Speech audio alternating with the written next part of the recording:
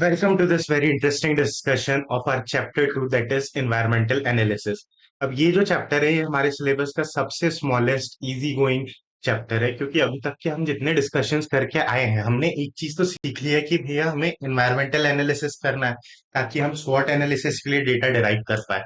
और वही चीज हमें इस चैप्टर में पढ़नी है कि एनवायरमेंटल एनालिसिस में हम एनवायरमेंट को स्कैन कैसे करते हैं, उनमें कौन कौन से फैक्टर्स को ध्यान में रखते हैं। तो ये चैप्टर बहुत इजी गोइंग है, बहुत सिंपल है। एंड हर एग्जामिनेशन साइकिल में 5 मार्क्स का तो मिनिमम आपको इस पे से एक आध क्वेश्चन देखने को मिलेगा ही। जैसे कि again things that I want to do in this chapter is कि पहली चीज जैसे हम चैप्टर कवर कर रहे हैं वो तो हम करेंगे ही, साथ ही साथ में इस वीडियो के एंड पार्ट में हम will also take a quick look through on past year papers की जो हम फर्स्ट सेकंड थर्ड चैप्टर अभी पढ़ रहे हैं। इनका रेलिवेंस क्या है, क्या ये क्वेश्चंस एग्जाम्स में आते भी है, इनका वेटेज क्या है। That is something I want you to have a look around. And then the CSR part जो हम कह रहे थे लास्ट लेक्चर में कि वो रिपीटेटिवली आ रहा है एग्जामिनेशन में, तो उसके लिए मैंने कुछ चीजें ऐड करने की कोशिश की है, वो हम देखेंगे एट द एंड में। बट इस चैप्टर पे वापस आते हैं। इस चैप्टर में इतना सिंपल कंटेंट है that you'll be very at ease, या आपको इस चैप्टर पे बहुत अच्छा कमांड आ जाएगा if you just read it और रिवाइज इट 2 और 3 टाइम्स। बस देखो और याद हो जाता है। It is as simple as that. अब इस चैप्टर में आप देखोगे तो मेरे पीछे यहाँ पे आपको एक डायग्राम दिख रहा होगा which is basically the half summary of इस चैप्टर में हमें क्या पढ़ना है। फर्स्ट इज हमें पढ़ना है कि बिजनेस एनवायरनमेंट कुछ होता है, वो बिजनेस एनवायरनमेंट क्या है, उसकी इंपॉर्टेंस क्या है, कैरेक्टरिस्टिक्स क्या है। फिर बिजनेस एनवायरनमेंट को हमने दो भागों में बांट दिया है। One is your external environment की वो सारी चीजें जो बिजनेस के कंट्रोल के बाहर है और बिजनेस पे प्रेशर डालती है, उन चीजों को फिर हमने फर्दर माइक्रो और मैक्रो एनवायरनमेंट में डाला है। एंड दिस, जैसे आप मेरे पीछे देखेंगे यहाँ पे, तो ये जो है ये माइक्रो एनवायरनमेंट के कुछ फैक्टर्स है जिन्हें हम प्यार से कॉमिक कहते हैं, कुछ कॉस्मिक कहते हैं, सॉरी। कुछ मैक्रो एनवायरनमेंट के पार्ट्स है जिन्हें हम पेसल जी फ्रेमवर्क के थ्रू याद रखेंगे। और यहाँ पे कुछ ऐसी चीजें हैं जो बिजनेस के कंट्रोल के अंदर भी हो सकती है, जो बिजनेस के इंटरनल एनवायरनमेंट का पार्ट है। तो second part of environment is your internal environment, जो यहाँ पीछे में हमने कुछ पॉइंट्स में समराइज करके रखा है। This is very simple and very easy, I repeat. The only thing, आपको लग रहा होगा कि ये एक एक पॉइंट के अंदर मल्टीपल सब पॉइंट्स है, कैसे याद होगे, बट हो जाते हैं। Trust me on that.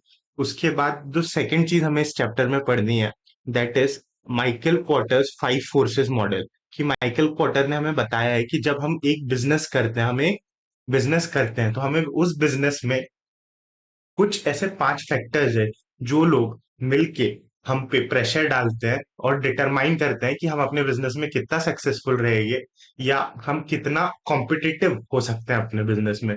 तो ये माइकल पॉटर का 5 फोर्सेस मॉडल बेसिकली आपको बताता है कि आपके एनवायरनमेंट में ऐसी कौन कौन सी एंटिटीज है या कौन कौन से फैक्टर्स है जो आपके बिजनेस की लॉन्ग टर्म सक्सेस और प्रोडक्टिविटी पे असर डालते हैं।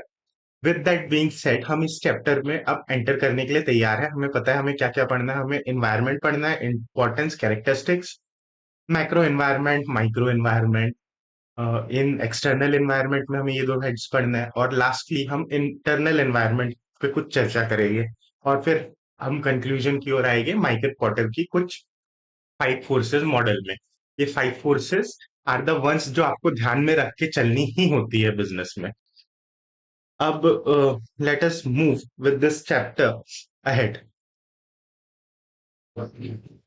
So the first thing that we should be focusing in this chapter is the idea that what an environment is. तो आप सब जैसे कि हम जानते ही है कि एक बिजनेस एक वैक्यूम में एग्जिस्ट नहीं करता है। Again, a business does not exist in a vacuum. Rather, it exists in a society surrounded by multiple factors and multiple people.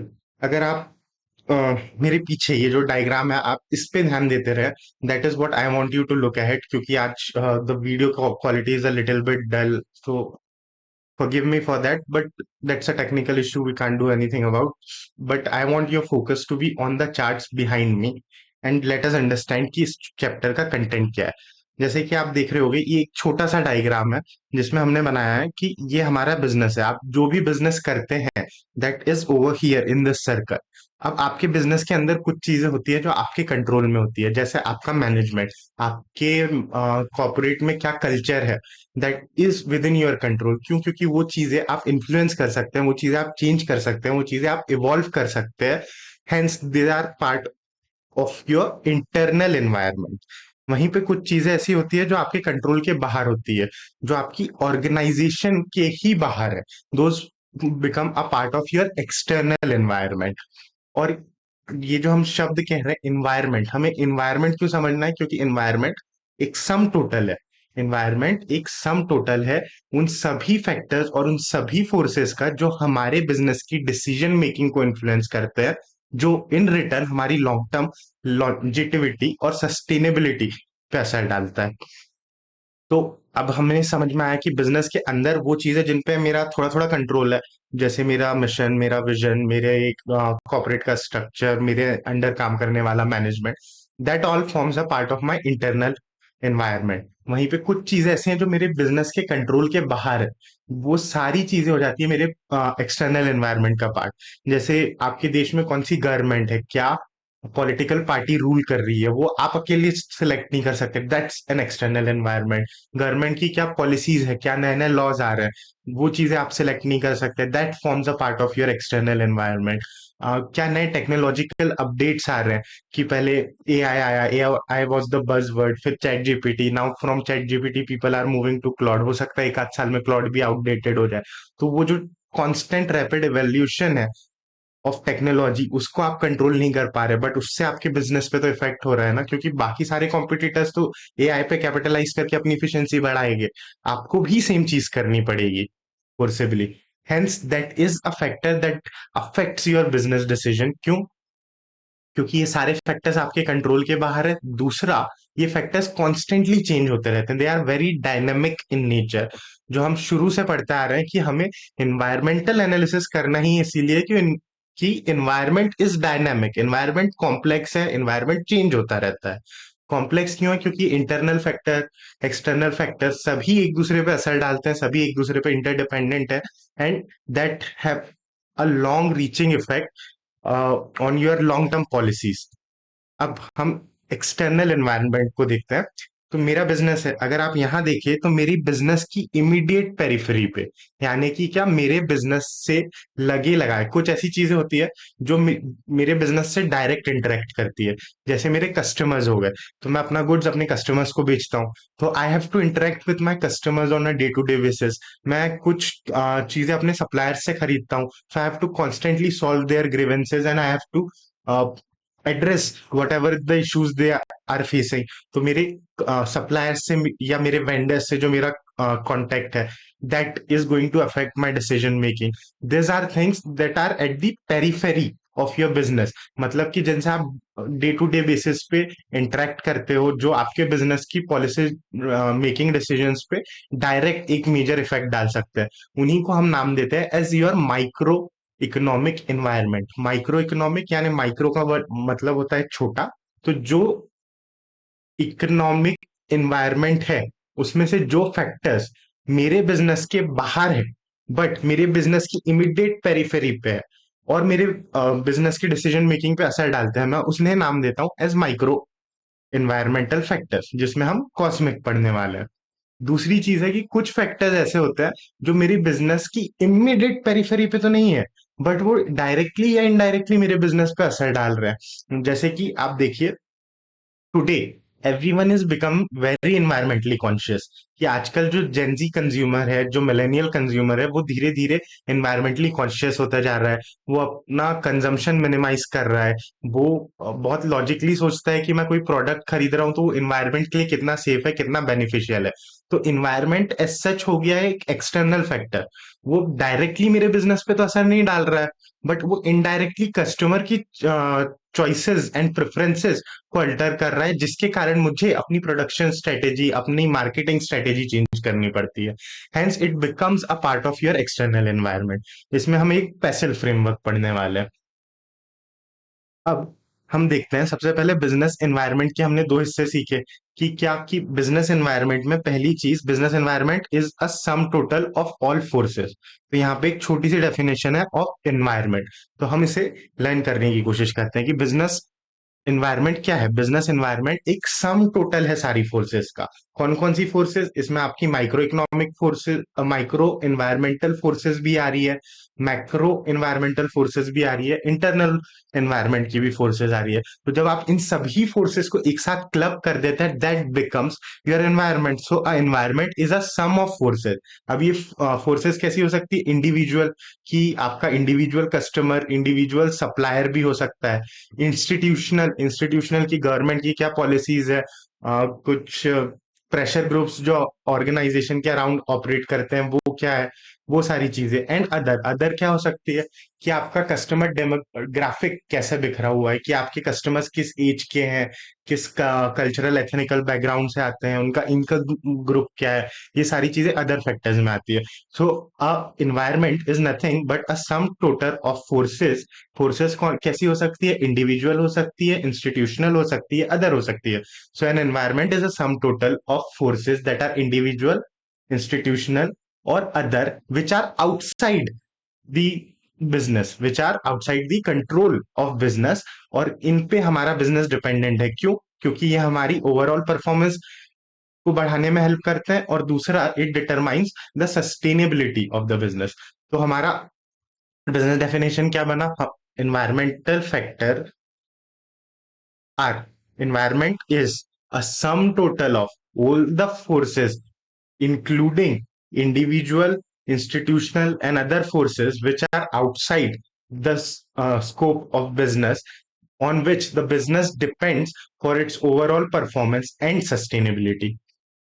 अब हम देख रहे हैं बिजनेस में हम ये जो एक्सटर्नल एनवायरनमेंट है या इंटरनल एनवायरनमेंट है, इसे हम इंपॉर्टेंस क्यों दे रहे हैं? Why are we studying this in so much of depth? तो हमें तो ये पता था कि अभी तक जो हम सीख के आए हैं कि हमें स्वॉट एनालिसिस करना है, और हमने अभी अभी डेफिनेशन में देखा कि ये वो फैक्टर्स है जिन पे हम डिपेंडेंट है हमारी ओवरऑल परफॉर्मेंस और सस्टेनेबिलिटी के लिए। तो इंपॉर्टेंस में भी मैं वही चीज लिखूंगा, बस थोड़ा ट्विस्ट अराउंड करके। सो पहली चीज कि एक बिजनेस इन्वायरमेंटल एनालिसिस करता है। इन्वायरमेंटल एनालिसिस से मुझे कुछ इन्फॉर्मेशन मिली है। Now based on that information what I am going to do is draft a strategy that will be helpful for my long term success. कि क्या हमें ड्राफ्ट करनी है एक स्ट्रेटेजी जो हमारे बिजनेस के लॉन्ग टर्म सक्सेस के लिए वायबल है। तो पहला पॉइंट यही आ जाता है कि डेवलपमेंट में हेल्प करता है, डेवलपमेंट ऑफ स्ट्रेटेजी में हेल्प करता है। तो importance of business environment is that it helps in developing a strategy that help you. Strategy में आप दो चीजें बनाते हैं, आप पॉलिसीज बनाते हैं और आप उन्हें अचीव करने के लिए कुछ ऑब्जेक्टिव्स बनाते हैं। So importance of business environment is that it helps you develop strategies which in terms result in development of long term policies and long term objectives. कि आप एक ऐसी स्ट्रेटेजी बनाई, आप इन्वायरमेंट को स्कैन करेंगे, उससे आप एक स्ट्रेटेजी बनाएंगे, उस स्ट्रेटेजी के बेसिस पे आप डिसाइड करेंगे कि आपके लॉन्ग टर्म पॉलिसी ऑब्जेक्टिव्स क्या है। उसके बाद अब ये पॉलिसी बन गई है, अब क्या करूं? इसको एक्शन प्लान में लेके आओ। So the importance of environment is that it helps you create an action plan. क्यों? क्योंकि एनवायरनमेंट कॉन्स्टेंटली चेंज हो रहा है, environment is dynamic in nature. तो जैसे जैसे एनवायरनमेंट में कोई ना कोई नया डेवलपमेंट होता है, तो हम वैसे वैसे अपनी स्ट्रेटेजी को भी अपग्रेड करते हैं। That is where your action plan comes in. कि आपने एक पहली चीज डेवलप की strategy, now you are putting it into action. Action क्यों? क्योंकि एनवायरनमेंट चेंज हो रहा है, आपको कांस्टेंट फीडबैक्स मिल रहा है। अब ये चेंज के लिए को आप कैसे कैप्चर करते हैं? तो a change can be in two ways. Number one, कि पहला आप फोरकास्ट करते हैं कि हमें पता है कि एनवायरनमेंट कॉन्स्टेंटली चेंज होने वाला है। सो व्हाई नॉट कि मैं अभी से अपने एनवायरनमेंट को ध्यान में रखूं कि एनवायरनमेंट में ये 10 चीजें हैं जो मेरे बिजनेस पे असर डालती है, और आने वाले टाइम में ये कैसे इवॉल्व होने वाली है। सो आई फोरकास्ट, मैं फोरकास्ट करता हूँ क्या कि नेशनल लेवल पे कौन कौन से चेंजेस आएंगे, ग्लोबल इकोनॉमी किस डायरेक्शन में मूव हो रही है, सोशियो इकोनॉमिकल फैक्टर्स क्या क्या है जो बदले जा सकते हैं। So it helps me forecast all this things. And at the same time कि अगर मैं अपनी स्ट्रेटेजी इवॉल्व कर रहा हूँ, तो मेरा जो कॉम्पिटिटर है, मेरा कॉम्पिटिटर भी तो मेरा राइवल भी तो अपनी स्ट्रेटेजीज को इवॉल्व करेगा, वो भी उस डायनामिक स्ट्रेटेजिक मैनेजमेंट के प्रोसेस में पार्टिसिपेट करेगा, वो थोड़ी ना पीछे रहने वाला। He also wants to earn profit and strengthen his market share. तो इस स्ट्रेटेजिक एनवायरनमेंट को समझने का एक इम्पोर्टेंस ये भी है कि मैं अपनी स्ट्रेटेजी को अपने अपोनेंट, अपने राइवल, अपने कंपटीटर की स्ट्रेटेजी के हिसाब से भी अडेप्ट कर सकता हूँ। Now I give you an example कि जैसे आप देखो फोरकास्ट एंड इफेक्ट, कि जैसे जैसे आपको समझ में आ रहा है that a major change in global economies is this कि फोरकास्टिंग इफेक्ट, कि जो ट्रेडिशनल ऑटोमोबाइल मैन्युफैक्चरिंग कंपनीज है उन्हें रियलाइज हो रहा है कि that the global economy is moving towards sustainable development, कि कंज्यूमर्स अपनी चॉइसेस में ज्यादा कॉन्शियस है, ज्यादातर गवर्नमेंट्स लॉज ला रही है, नए नए पोल्यूशन कंट्रोल स्टैंडर्ड्स आ रहे हैं, तो वो भी अपनी पूरी सप्लाई चेन या अपने जो प्रोडक्ट्स है उनको और ज्यादा इकोनॉमिकली इफिशिएंट बनाना चाहिए ताकि वो एनवायरनमेंट को कम से कम डैमेज कॉज करे। तो that is one way. Second is competitor strategy. आपने देखा होगा कि जैसे मार्केट में दो प्रोडक्ट्स है जो सेम ही तरीके के मार्केट को सर्व कर रहे हैं, तो जैसे ही एक कॉम्पिटिटर सेल लाता है दूसरा कॉम्पिटिटर भी सेल ला देता है। जैसे अभी जून जुलाई का मंथ आ रहा है, now you will have this Diwali, Ganpati, entire festival season coming. तो आप देखना जैसे ही फ्लिपकार्ट पे सेल आती है उसी के 2-4 दिन में अमेजोन पे सेल आ जाएगी, उसी के 2-4 दिन में मिंत्रा पे सेल आ जाएगी। So what is this, this is you are predicting your competitors strategy कि इस टाइम पे कॉम्पिटिटर ये करेगा, and you are acting and endorsing yourself with a counter measure, कि आप कुछ ऐसा करो कि जो एज आपके कॉम्पिटिटर को मिल रहा है आप उसे नलीफाई कर पाओ। सो दैट इज सेकेंड इंपॉर्टेंस। और लास्टली हमें ये सब करके क्या मिलेगा, हमने एक डायनामिक स्ट्रेटेजी बनाई है जिससे हमें लॉन्ग टर्म पॉलिसीज और ऑब्जेक्टिव सेट करने में हेल्प मिल रही है, साथ ही साथ हमें एक एक्शन प्लान बना रहे हैं ताकि हम देख सके कि हमारे एनवायरनमेंट में क्या चेंजेस आ रहे हैं। अब चेंजेस से मुझे दो चीजें याद आई। पहला कि it will help me forecast, क्या फोरकास्ट कि मेरे एनवायरमेंटल, मेरे सोशियो इकोनॉमिक, मेरे नेशनल, मेरे ग्लोबल फैक्टर्स पे क्या क्या असर पड़ रहा है, तो मैं अपनी डिमांड फोरकास्ट कर पाऊंगा। सेकेंड इज मैं देख पा रहा हूँ कि मेरे कंपटीटर की क्या स्ट्रेटेजी है और मैं उसके लिए सुटेबल काउंटर मेजर्स ले पा रहा हूँ। और जब मैं ये सब करूंगा तो क्योंकि एक डायनामिक बिजनेस एनवायरनमेंट में मैं एक डायनामिक बिजनेस बना पाऊं ताकि कि मेरा बिजनेस भी अप टू डेट रहे, मैं हर लेटेस्ट इंफॉर्मेशन पे एक बढ़िया डिसीजन ले पाऊं। So that is what is meant by that your business becomes dynamic. Next we have is characteristics of business environment, कि बिजनेस एनवायरनमेंट की क्या कैरेक्टरिस्टिक्स होती है। So the way to remember this is कि आप ये 3 पॉइंट्स क्लब कर ले और आगे के ये 3 पॉइंट क्लब कर ले। सो यू हैव 6 पॉइंट्स बट आप सिर्फ ये 2 पॉइंट्स याद रखेंगे तो आपको आगे का पूरा याद आ जाएगा। That is the way we want to go through this. The first thing with business environment is it is very dynamic in nature. What do you mean by the word dynamic? कि business environment एक तरीके से नहीं रहता है, it keeps on changing through and through. जो business environment आज है वो कल वैसा नहीं रहेगा, वो कल जाके बदल जाएगा। जैसे कि आप देखिए customer preferences and trends keeps on changing, it keeps on evolving. जैसे कि right now, prior Covid laptops की इतनी ज्यादा डिमांड नहीं होती थी। आज आप मार्केट में जाके देखें, लैपटॉप्स की हद से ज्यादा डिमांड है, टू एन एक्सटेंट की कहीं कहीं पे आपको कुछ मॉडल्स ही नहीं मिलते हैं। तो that is what you mean by dynamic in nature, कि बिजनेस एनवायरनमेंट चेंज होता जा रहा है। पहले students were more on to a pen and paper mode, आज स्टूडेंट्स ज्यादा टेक फ्रेंडली होते जा रहे हैं, so they are moving towards iPad और a tablet और a pen type kind of setup जहाँ पे वो digitally भी पीडीएफ्स के थ्रू पढ़ सके। सो that is one thing. The second thing that if you look around is that it business environment dynamic है। डायनामिक होने का ही कारण ये है कि वो डायरेक्टली इनडायरेक्टली मेरे बिजनेस पे असर डालता है।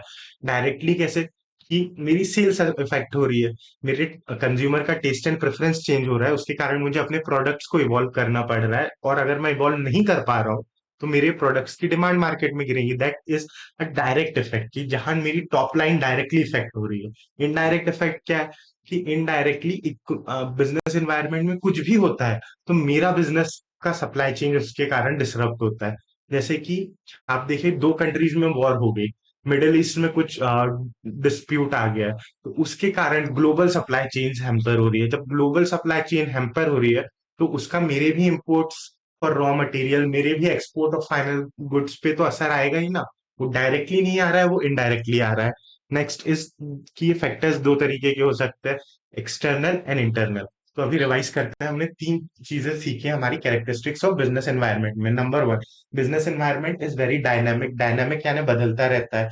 इससे क्या होगा, इससे मेरे बिजनेस पे इफेक्ट करेगा। कैसा इफेक्ट पड़ेगा, डायरेक्ट पड़ेगा, इनडायरेक्ट पड़ेगा। Eight the same time business environment को मैं दो चीजों में क्लासिफाई कर सकता हूँ, that is your factors, that is external factors and internal factors. उसके बाद क्या मैं बिजनेस एनवायरनमेंट के बिना रह सकता हूँ क्या? Second thing is business environment is dynamic and it impacts our business. तो बिजनेस को इम्पैक्ट कैसे कर रहा है? It is an integral part of our business. कि एक बिजनेस बिना एनवायरनमेंट में रहे एग्जिस्ट ही नहीं कर सकता है, क्योंकि आपको एनवायरनमेंट से ही आपके रॉ मटेरियल मिलने वाले हैं, जिन्हें आप प्रोसेस करके गुड्स बनाएंगे। आपको आपका जो टैलेंट एक्विजिशन है वो एनवायरनमेंट के थ्रू मिलेगा। आपको क्या टेक्नोलॉजी यूज करनी है वो आप इन्वायरमेंट के थ्रू गेन करते हैं। So it is a very integral part of business, जिसके बिना आप ऑपरेट नहीं कर पाते हैं या आपके बिजनेस को सपोर्ट करता है। अब आपने इन्वायरमेंटल एनालिसिस किया ही क्यों था? एट द एंड कि आप डिसीजन ले पाओ। तो how does it affect your business is this next thing, कि आपके बिजनेस को ये दो तरीके से हेल्प करता है। One, it helps you take decision. अब ये आपको या तो प्रोएक्टिव बनाएगा या तो रिएक्टिव बनाएगा। What does the word proactive means? Proactive का मतलब होता है कि कुछ होने से पहले ही आपने उसके लिए प्रिपेयर किया, and you are ready, you are anticipating the change and you are ready for it. That is what you mean by proactive decision. जैसे आपको पता है कि आपका एग्जाम जून में है या आपका एग्जाम दिसंबर में है, तो अकॉर्डिंगली आप बैकवर्ड कैलकुलेट कर रहे हैं कि मुझे एक दिन पहले सिलेबस कैसे रिवाइज करना है। उस एक दिन पहले सिलेबस रिवाइज करने के लिए मुझे स्टडी लीव में कितने दिन में कौन सा सब्जेक्ट खत्म करना पड़ेगा। उस स्टडी पीरियड में वो सब्जेक्ट करने के लिए मुझे कब तक अपनी क्लासेस खत्म करनी पड़ेगी। That is a proactive strategy, जहां पे आप हर एक चीज अकाउंट करके चलते हैं। रिएक्टिव क्या है? कि जो रिजल्ट के बाद होता है, कि if you pass you will be happy. Reactive strategy इसकी जहां पे आप फैक्टर्स को ध्यान में ही नहीं रख रहे हैं। रिएक्टिव स्ट्रेटेजी वुड भी कि आपने कुछ प्लान ही नहीं किया है, आप हैप्पीजार्ड वे में मूव कर रहे हो, जिसके कारण आप एक क्लियर डायरेक्शन लैग करोगे। दूसरा, आप अपने कंपटीटर्स से पिछड़ते जाओगे, क्योंकि एक वो इंसान है जो हर चीज प्लान करके चल रहा है, तो उसे चीजें समझ में आ रही है, he is able to forecast the challenges ahead, और वो इंपॉर्टेंट चीजों पे ही फोकस करके प्रॉब्लम सॉल्व करते हुए आगे बढ़ रहा है, जो हमने फर्स्ट चैप्टर में देखा था। So he will have more control on his environment. Hence he'll be able to make proactive decisions. वहीं पे कोई एक ऐसा इंसान है जो लेजेस फेयर अप्रोच में चल रहा है, बहुत आलस में, कि वो सब चीजों को होने देता है, एंड देन वो जब हो जाती है तो उनके कॉन्सिक्वेंस को मिटिगेट करने के लिए काम कर रहा है। That will become your reactive decision making. Now corporates में प्रोएक्टिव एंड रिएक्टिव कैसे होता है? जैसे आप देखेंगे, अब प्रोएक्टिव स्ट्रेटेजी इसकी हर एनवायरमेंट, हर प्रोडक्ट को आप इनोवेट करने की कोशिश करते हो। जैसे आप मोबाइल फोन्स को देख लीजिए। जब पहले 3G था, 3G के बाद 4G आया। When 4G phones were operational in India, 5G band launch भी नहीं हुआ था, बट मोबाइल फोन कंपनीज ने 5G फोन्स निकाल दिए थे कि आपके पास 5G इंटरनेट आया नहीं है, बट आपके फोन में वो कैपेबिलिटी है कि वो 5G को सपोर्ट कर जाए। That is a part of your proactive strategy, जहां पे आपने फ्यूचर डिमांड को देखते हुए अपने प्रोडक्ट को वैसे मॉडिफाई किया है। रिएक्टिव स्ट्रेटेजी इज वेयर, जहां पे आप अपनी कस्टमर्स की डिमांड को नहीं समझ पा रहे हैं और आपका प्रोडक्ट पीछे छूटता जा रहा है। जैसे कि आप देखिए नोकिया और blueberry for sorry BlackBerry for that matter, कि एक टाइम था जब इंडियन स्मार्टफोन इंडस्ट्री में ब्लैकबेरी यूज टू डोमिनेट, कि BlackBerry use to be the Apple of that time, कि आपके पास वो फोन है means you have a class attached to you, it has a status symbol. Nokia used to dominate feature phones in India. But फिर जब touch screen Android phones आए, तो Nokia shifted to Microsoft OS kind of OS pattern, और जो BlackBerry था उसने अपना खुद का प्रोप्राइटरी सॉफ्टवेयर लाया। बट वो कंज्यूमर डिमांड्स को उतना समझ नहीं पाया, वो प्रिडिक्ट नहीं कर पाया, वो उतना प्रोएक्टिवली इंगेज नहीं कर पाए कस्टमर्स के साथ। इसलिए today they are nowhere to be found in the environment, in the markets today rather. उसके बाद अगली चीज जो है कि it has multi dimensional effects. कि मल्टी डायमेंशनल इफेक्ट्स क्या होता है कि इन्वायरमेंटल फैक्टर्स आपके लिए पॉजिटिव भी इफेक्ट कर सकते हैं, आपके लिए नेगेटिव इफेक्ट भी डाल सकते हैं। an example, let's say, इसकी जो करंट गवर्नमेंट का एटीट्यूड है towards pollution and towards petrol की ग्लोबल क्राइसिस है, इंडिया पेट्रोल इंपोर्ट करता है और गवर्नमेंट चाह रही है कि हम अपना इंपोर्ट कम करें। तो गवर्नमेंट नई नई पॉलिसीज ला रही है। इन पॉलिसीज में what they are trying to do is to promote EVs. तो जब गवर्नमेंट ये पॉलिसीज ला रही है टू प्रमोट ईवी, तो गवर्नमेंट आपके एक्सटर्नल एनवायरनमेंट का एक फैक्टर हो गया, जिसके कारण आप ईवी को प्रमोट कर रहे हो। तो जो ऑटोमोबाइल सेक्टर में जो कंपनीज है उनके लिए ये एक पॉजिटिव पुश है। क्यों? क्योंकि जो ईवी बनाने वाली कंपनीज है उनको गवर्नमेंट ज्यादा सब्सिडीज देगी, उनके लिए फेवरेबल प्रमोशन होगा, कंज्यूमर माइंडसेट उनको ज्यादा प्रेफर करेगा environmental consumer. Hence it is a positive impact for them. Eight the same time जो पेट्रोल डीजल की गाड़ियां हैं उनके लिए नेगेटिव इफेक्ट है। वाई? नंबर वन, उनका सेल्स कम होगा, उनका टॉप लाइन पे असर पड़ रहा है। दूसरी चीज की कंज्यूमर टेस्ट एंड प्रेफरेंस तो चेंज हो ही रहे हैं, साथ ही साथ द स्टैंडर्ड्स की जहाँ पे आप E10 E20 E30 पे मूव करते जा रहे हो तो आपकी जो एग्जिस्टिंग गाड़ियां है वो बहुत जल्दी रिडक्टेंट हो जा रही है मार्केट में। तो एनी वन विल प्रेफर कि मैं आज एक पेट्रोल की गाड़ी लूं, वो 5 साल बाद मुझे बदलनी पड़े, उससे बेहतर है कि मैं ईवी की ओर मूव कर जाऊं। तो एक ही पॉलिसी का आपके ऊपर पॉजिटिव इम्पैक्ट भी हो सकता है, नेगेटिव इम्पैक्ट भी हो सकता है। Those are your characteristics of business environment. तो लेट अस रिवाइज की बिजनेस एनवायरनमेंट की कैरेक्टरिस्टिक्स क्या क्या होती है। पहली चीज कि बिजनेस एनवायरनमेंट जो है डायनामिक नेचर का है, कि बदलता रहता है और ये स्टैटिक नहीं है। दूसरी चीज, business environment is dynamic in nature. Hence इससे दो बातें होगी। पहला, it consist of two factors, कि इंटरनल एक्सटर्नल। दूसरा, कि ये डायरेक्टली भी, ये फैक्टर्स जो है मेरे बिजनेस पे डायरेक्टली भी असर डालेंगे, इनडायरेक्टली भी असर डालेंगे। तो हमारे 3 पॉइंट्स हो गए, dynamic, impact is direct indirect, and factors is internal and external. अब ये फैक्टर्स के बिना मैं सरवाइव कर सकता हूँ क्या? No. Why? Because business environment is an integral part of your business. And why is it an integral part? Because वो आपको सपोर्ट करता है आपके बिजनेस में। At the same time it helps you take decisions, कि आप proactive रहेंगे, reactive रहेंगे, आपकी स्ट्रेटेजी में हेल्प करता है। And it has multi dimensional effect, it could be positive as well as it could be negative.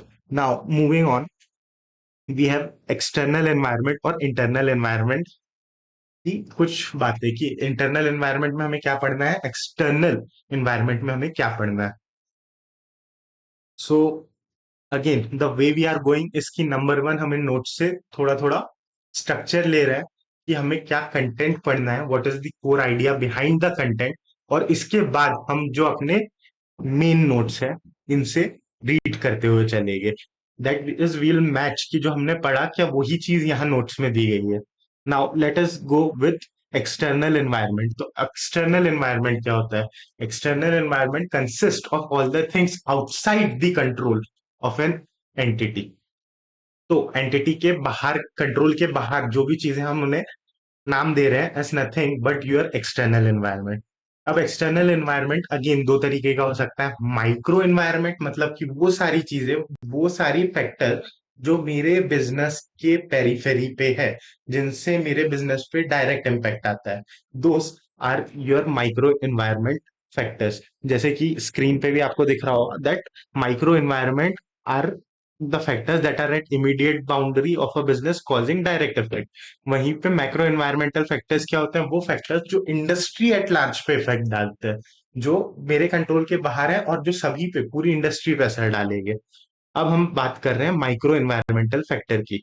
तो माइक्रो एनवायरमेंटल फैक्टर क्या होते हैं? माइक्रो एनवायरमेंटल फैक्टर्स में आती है चीजें 5। अब आप इन्हें याद रख सकते हैं through a simple mnemonic that is cosmic. But अगर आपको बस इतना याद रखना है कि instead of O there is P, rather you can remember it as public organizations, because कुछ बुक्स में यहाँ पे ओ से ऑर्गेनाइजेशन होता है, आपकी बुक में यहाँ पी से पब्लिक है। So that's why we are going with P for public. तो सबसे पहले मेरे कस्टमर्स सबसे जरूरी। आज की डेट में हर बिजनेस compete करता है to earn the patronage of its customer. आज आप किसी भी जगह जाइए, there is a constant cut throat competition कि मुझे ज्यादा से ज्यादा कस्टमर्स अट्रैक्ट करने हैं। Why? Because there is a limitation of resources. And देखिए, एक कस्टमर अगर एक प्रोडक्ट खरीद रहा है तो वो दूसरा प्रोडक्ट नहीं खरीदेगा। Hence we are competing to gain more of our customers patronage. जैसे कि आप देख लीजिए, आप अगर ये वीडियो देख रहे हैं तो आप दूसरा वीडियो रेफर नहीं करेंगे। That could be a reason that we are competing. तो आपको अपने कंज्यूमर के टेस्ट एंड प्रेफरेंसेस को, कंज्यूमर के माइंडसेट को ध्यान में रखते हुए चलना पड़ता है। That is why it is your first micro environmental factor, कि आपका कस्टमर ही बताता है कि आप कितने गुड्स एंड सर्विसेज बेच पाएंगे, आपकी सेल्स क्या रहेगी, आपकी टॉप लाइन क्या रहेगी, और आप कितना वैल्यू क्रिएट कर रहे हैं। That is what determines the loyalty that you will have from your customers. Customer patronage is nothing but loyalty, और वैल्यू क्रिएशन इज कि how satisfied you can keep your customer, कि आपके goods and services को वो कितना value कर रहे हैं मार्केट में। That becomes your customer patronage. The second is O से हमने पढ़ा था पब्लिक ऑर्गेनाइजेशन, बट रेदर आप सिर्फ पब्लिक वर्ड पे फोकस कीजिए। This is just for a mnemonic sake. कि पब्लिक इज की public at large which determines कि आपके बिजनेस पे क्या क्या इम्पैक्ट होगा। कि आपकी बहुत सारी ऐसी ऑर्गेनाइजेशंस रहती है आपके बिजनेस के आसपास, जो डिटरमाइन करते हैं कि आपके बिजनेस पे क्या असर होने वाला है। वो असर एक्चुअल भी हो सकता है कि किसी ऑर्गेनाइजेशन का कुछ करने से आपके बिजनेस की एक्चुअल सेल्स फ्लक्चुएट हो, और इट कुड बी पोटेंशियल कि कोई ऑर्गेनाइजेशन कुछ करने वाली है जिसके कारण आपके बिजनेस पे कुछ इफेक्ट आपको ऑन फ्यूचर देखने को मिले। That is what we mean by the word impact. अब an example of public would be कि आप देख रहे हैं कि आप प्रोडक्ट्स लॉन्च कर रहे हैं, तो आज की डेट में बहुत C customer consumer welfare organisation है। आपने जैसे ही प्रोडक्ट लॉन्च किया, उसका बहुत सारी ऑर्गेनाइजेशंस यूट्यूब पे लैब टेस्ट करके डाल देती है। बहुत सारे कंज्यूमर रिव्यूअर्स होते हैं, जो प्रोडक्ट रिव्यूअर्स होते हैं, वो आपके प्रोडक्ट को देखते हैं, उसको रिव्यू करते हैं कि इसमें ये अच्छा है, ये खराब है। और अगर आपका प्रोडक्ट उतनी अच्छी क्वालिटी का नहीं है, they call you out immediately. या आपका प्रोडक्ट ओवर प्राइस लग रहा है उन्हें, so they call you out on your pricing strategy as well.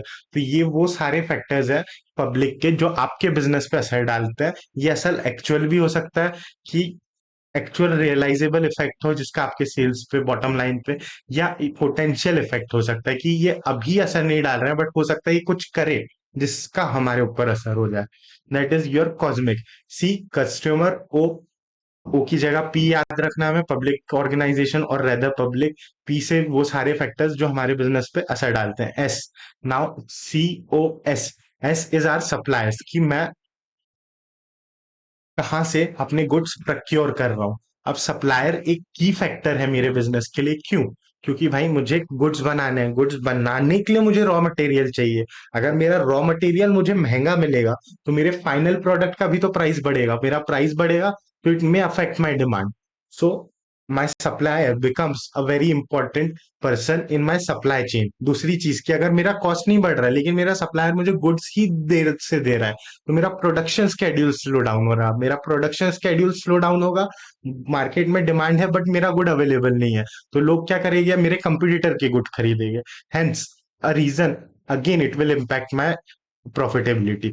तो एक सप्लायर मेरे लिए बहुत इंपॉर्टेंट हो जाता है। तीसरा है मार्केट इंटरमीडियरीज। मार्केट इंटरमीडियरीज क्या होता है कि मेरे बिजनेस को चलाने के लिए मैं कुछ अलग अलग इंटरमीडियरीज पे डिपेंडेंट रहता हूँ। कि मुझे मेरे बिजनेस में मैं महंगी महंगी मशीन्स ला रहा हूँ, इनका मुझे इंश्योरेंस कराना पड़ेगा। मेरे एम्प्लॉयज है उनका मैं इंश्योरेंस करा सकता हूँ। दूसरी चीज, मुझे बिजनेस चलाने के लिए वर्किंग कैपिटल लगती है, तो मैं बैंक्स, फाइनेंशियल इंस्टीट्यूशन से लिक्विडिटी लाता हूँ, पैसे लेके आता हूँ। मुझे अपने गुड्स को अल्टीमेटली अपने कंज्यूमर तक पहुंचाना है, तो हो सकता है कि मेरे पास लॉजिस्टिक सिस्टम्स नहीं है, तो मैं किसी लॉजिस्टिक पार्टनर को हायर करता हूँ, कोरियर वाले को। That becomes my logistic and distribution system. And how do I market my product, my marketing channel, that is what forms a part of is your essentially marketing, market intermediaries. And lastly मेरा competitor, कि मेरे against कोई और भी है जो customers की patronage के लिए compete कर रहा है। So how do I cope up with him? That is what you mean by the word competitor. की कॉम्पिटिटर्स हम सब compete करते हैं अपने कस्टमर्स की पेट्रोनेज के लिए। आप दो तरीके से compete कर सकते हैं। पहला है कि जहां कंज्यूमर प्राइस सेंसिटिव है, जहां कंज्यूमर प्राइस सेंसिटिव है यानी उसे प्राइस से फर्क पड़ता है, वहां पे आप प्राइस में कॉम्पीट करते हैं कि आप सबसे सस्ते से सस्ता बना के देंगे गुड्स को। वहीं पे कुछ कस्टमर ऐसे होते हैं जो प्राइस सेंसिटिव नहीं होते हैं।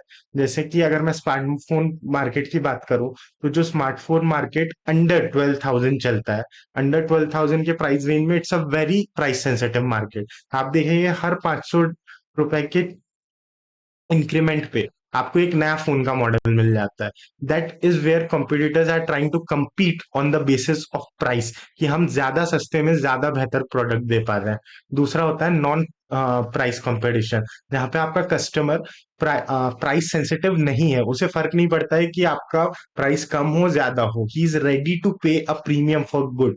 जैसे कि आप देख लीजिए जो लोग टॉप एंड के फोन्स या फ्लैगशिप फोन्स परचेस करना प्रेफर करते हैं, लाइक या आपके सैमसंग में एस सीरीज हो गया, लेटेस्ट एप्पल का आईफोन हो गया, और गूगल के Pixel phones for that matter, so they are ready to pay a premium. तो वहां पे जो कंपनीज है, they do not compete on the basis of price. They don't say कि एप्पल का फोन 1 लाख का है तो आईफोन 80,000 का आपको मिल जाएगा। They never advertise this way. What they advertise is the user experience, the differentiation that a product brings. What an iPhone would advertise is the user experience it is bringing, the privacy features it is bringing to a customer. What an Google phone would advertise is the seamless integration of softwares, that how easy your life will become after purchasing this phone, the user experience you will drive. वहीं पे जो एक Samsung का phone है, वो display को advertise करेगा कि how punchy the colours are on the screen and how great the camera quality is. तो that is how your strategy differs when you compete on price and when you compete for differentiation against your competitors। अब ये जो price पे compete करना है, non price पे compete करना है, ये सारी चीजें हम पढ़ते हैं under a topic that is Michael Porter's strategies, Michael Porter's general strategies, जो हम एट बिजनेस लेवल पे पढ़ेंगे आने वाले चैप्टर में। तो let us quickly sum up कि हमने 5 चीजें क्या क्या पढ़ी। हमने पढ़ा इन्वायरमेंट, इन्वायरमेंट की definition, sum total of all the factors, individual, institutional, other, outside and organization that affect my decision making and stability, sustainability। उसके बाद हमने पढ़ा इन्वायरमेंट के दो हिस्से, एक एक्सटर्नल एक इंटरनल। एक्सटर्नल के दो हिस्से, एक मैक्रो एक माइक्रो। अब मैक्रो इन्वायरमेंट में हमने क्या पढ़ा? मैक्रो में हमने पढ़ा कॉस्मिक, सॉरी माइक्रो में हमने पढ़ा कॉस्मिक, माइक्रो में सी, सी का मतलब है मेरे कस्टमर, मेरे कस्टमर्स की पेट्रोनेज के लिए मैं compete कर रहा हूँ, so that becomes your customers. दूसरा ओ, ओ से हमने पढ़ा पब्लिक ऑर्गेनाइजेशन यानी पब्लिक, कि वो सारे प्रेशर ग्रुप्स जिनका मेरे बिजनेस पे डायरेक्ट इनडायरेक्ट इफेक्ट हो सकता है, एक्चुअल या पोटेंशियल, जैसे कस्टमर वेलफेयर ऑर्गेनाइजेशन। या अगर आप देखें कि वुमेन्स एसोसिएशन होती है, तो women's associations advocate for better working conditions of women.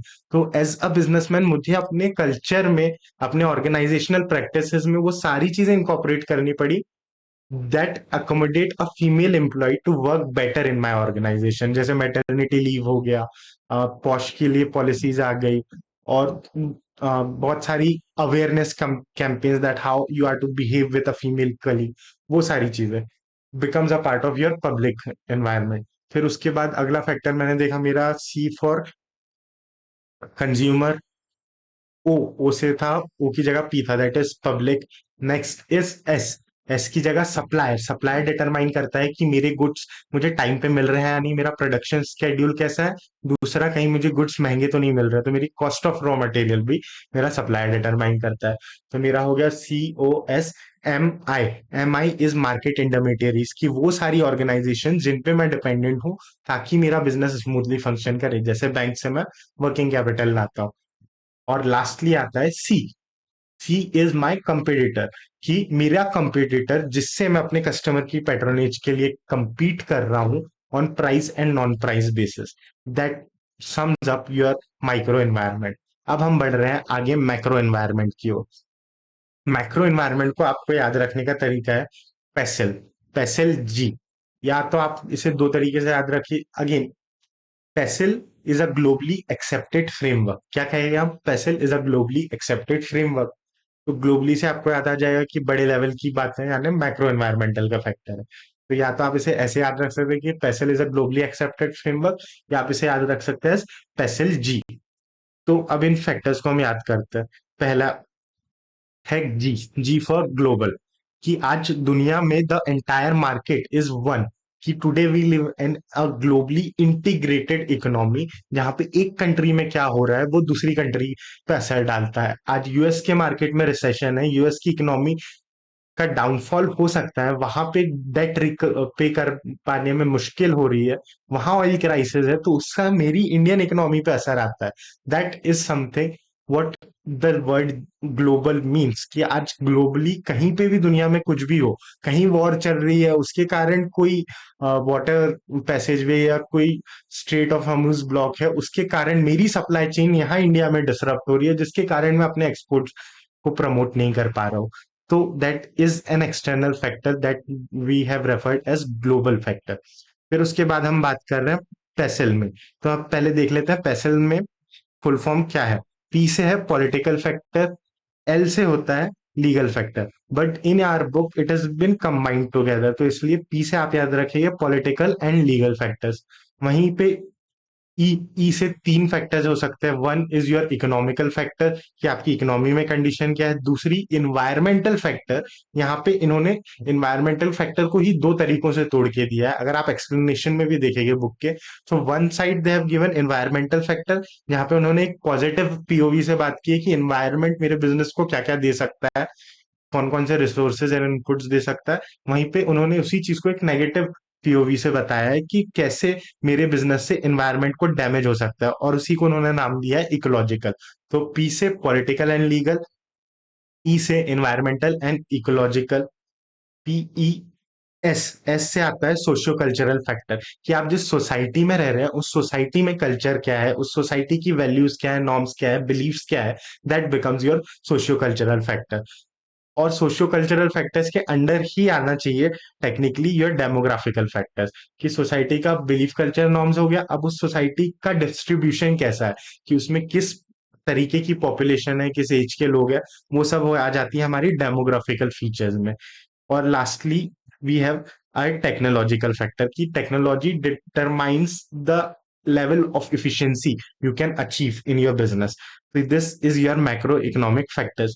तो इन्हें थोड़ा डिटेल में पढ़ते हैं। जी से हमारा ग्लोबल फैक्टर हो गया था। अब हम बात कर रहे हैं P, political and legal factors की। अब पॉलिटिकल एंड लीगल फैक्टर्स क्यों जरूरी हो जाते हैं? क्योंकि एक बिजनेसमैन वहीं पे अपना इन्वेस्टमेंट ज्यादा करना चाहेगा जहां पे पॉलिटिकल स्टेबिलिटी है। जैसे कि मैं आज से 2 साल पहले जाऊं और आपको कहूं कि आपको फैक्ट्री लगानी है, तो आप कहाँ लगाना पसंद करेंगे, इंडिया में या बांग्लादेश में?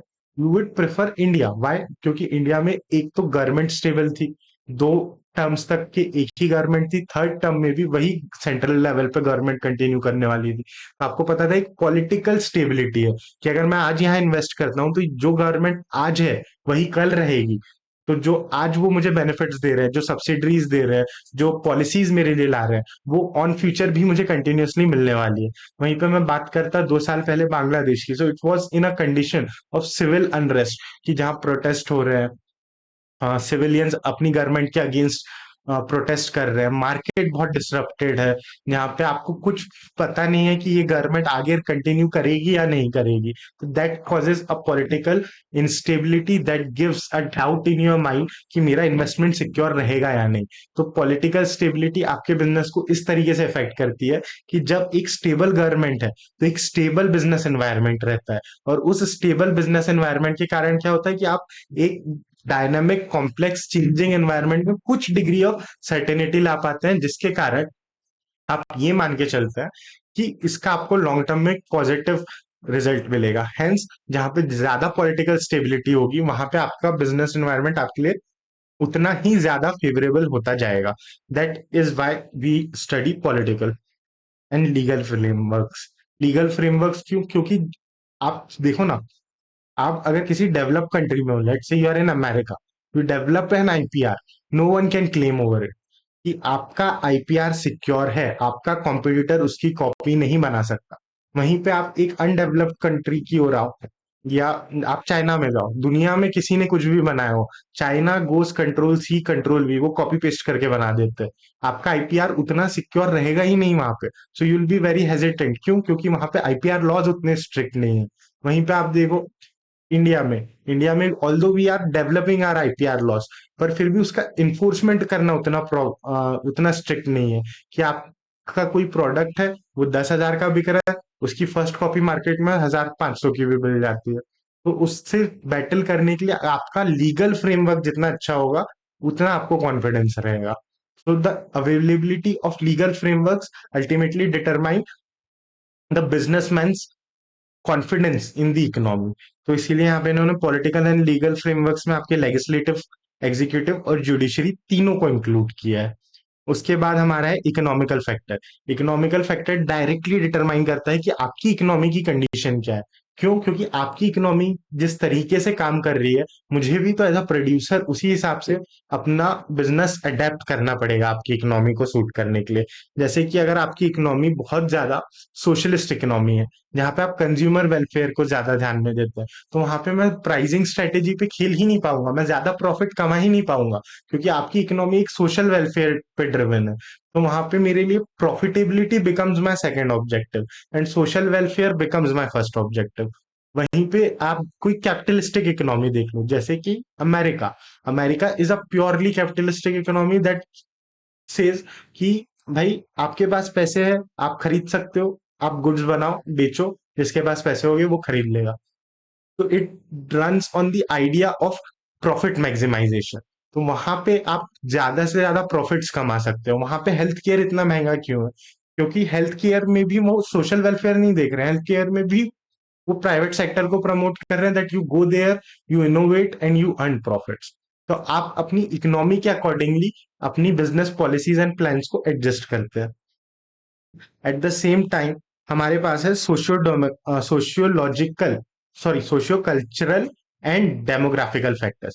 सोशियो कल्चरल फैक्टर्स क्या होता है? Socio cultural factors are the factors that determine कि मेरी सोसाइटी में क्या कल्चर है, क्या नॉर्म्स है, क्या बिलीफ सिस्टम है, और उसके अकॉर्डिंगली मुझे अपना प्रोडक्शन स्केड्यूल डिराइव करना पड़ता है। जैसे कि let us take a very simple example, अभी हम जून में will be entering towards December, और ये जो फेज रहता है, ये इंडिया में एक बहुत ही फेस्टिव फेज है। तो इस फेज में क्या होगा? You will find that a lot of people prefer to eat vegetarian food in this time. तो एक सोशियो कल्चरल चीज ये हो गई कि इस टाइम में जो भी कंपनी है जो प्रोडक्ट्स बना रही है, दे विल प्रेफर कि जिसमें वो ग्रीन टेक आए, जो बहुत ज्यादा वेजिटेरियन प्रोडक्ट्स है उन्हें प्रमोट किया जाए। साथ ही साथ में आप देखो कि ये कैसे इफेक्ट डालता है कि if you look at the giant multinational companies, McDonald's manufactures burgers McDonald's manufactures burgers, और burgers essentially have a patty that is made of, traditionally made up of meat. वहीं पे केएफसी नाम में ही चिकन है, is something that they sell nonveg products, but वो India में आते हैं, तो उनको अपने इंडियन कस्टमर के बिलीफ के अकॉर्डिंगली अपने मेन्यू में वेजिटेरियन आइटम्स इंक्लूड करना पड़ता है। आप you go to a KFC, you will find something vegetarian का ऑप्शन है, आप लो ना लो वो बात की बात है। You go to a McDonald's, you find कि वहां पे मैक आलू टिक्की एंड वेज बर्गर्स के भी आपको ऑप्शंस दिख रहे हैं। So that is how your cultural value, beliefs and ethics effect your organisation in terms of your socio cultural aspects.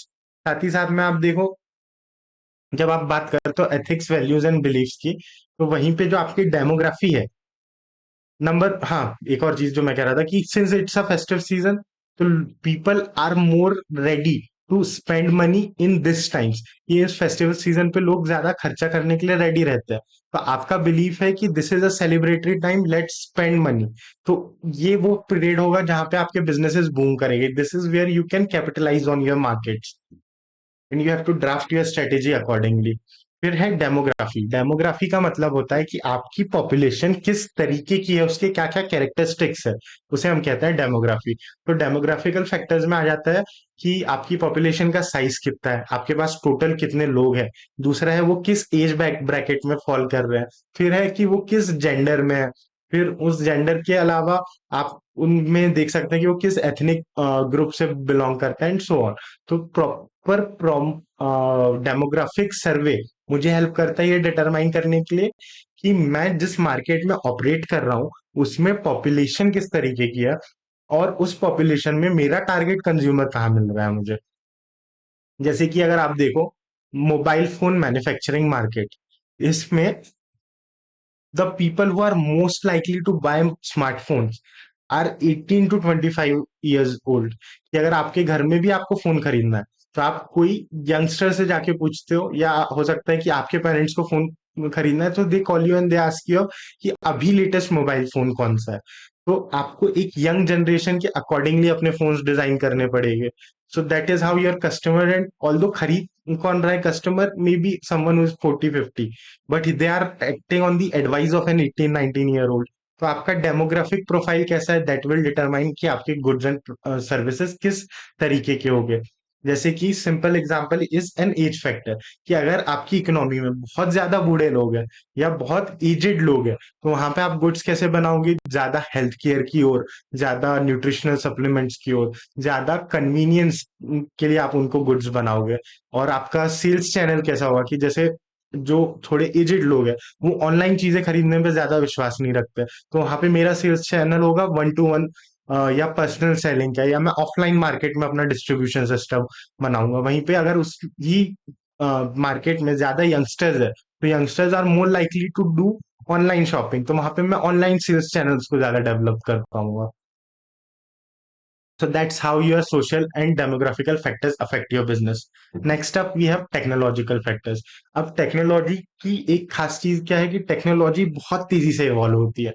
आप देखो आपके हाथ में एक बेसिक सा स्मार्टफोन आज कैसा दिखता है, आज से 5 साल पहले कैसे दिखता था, उसके 5 साल पहले कैसा था।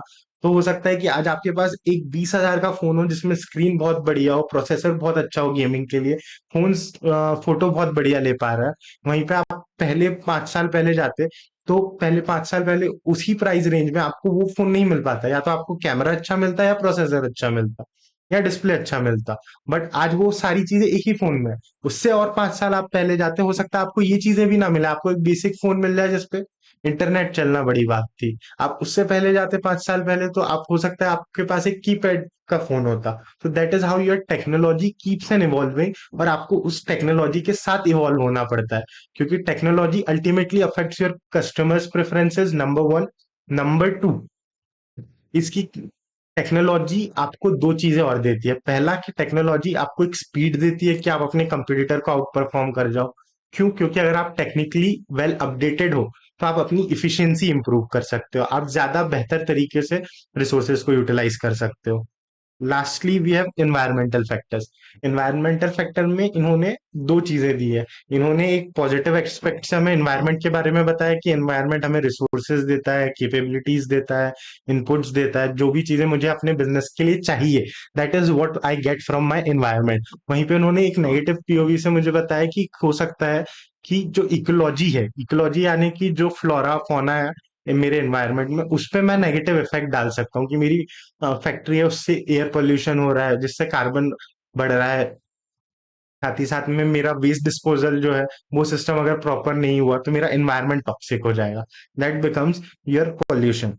So this is nothing but your internal and external environment, namely cosmic and passive. So let us take a moment here.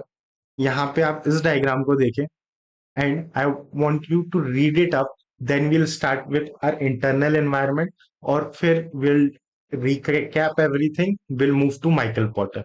So take a minute and go through this external environment वाला portion.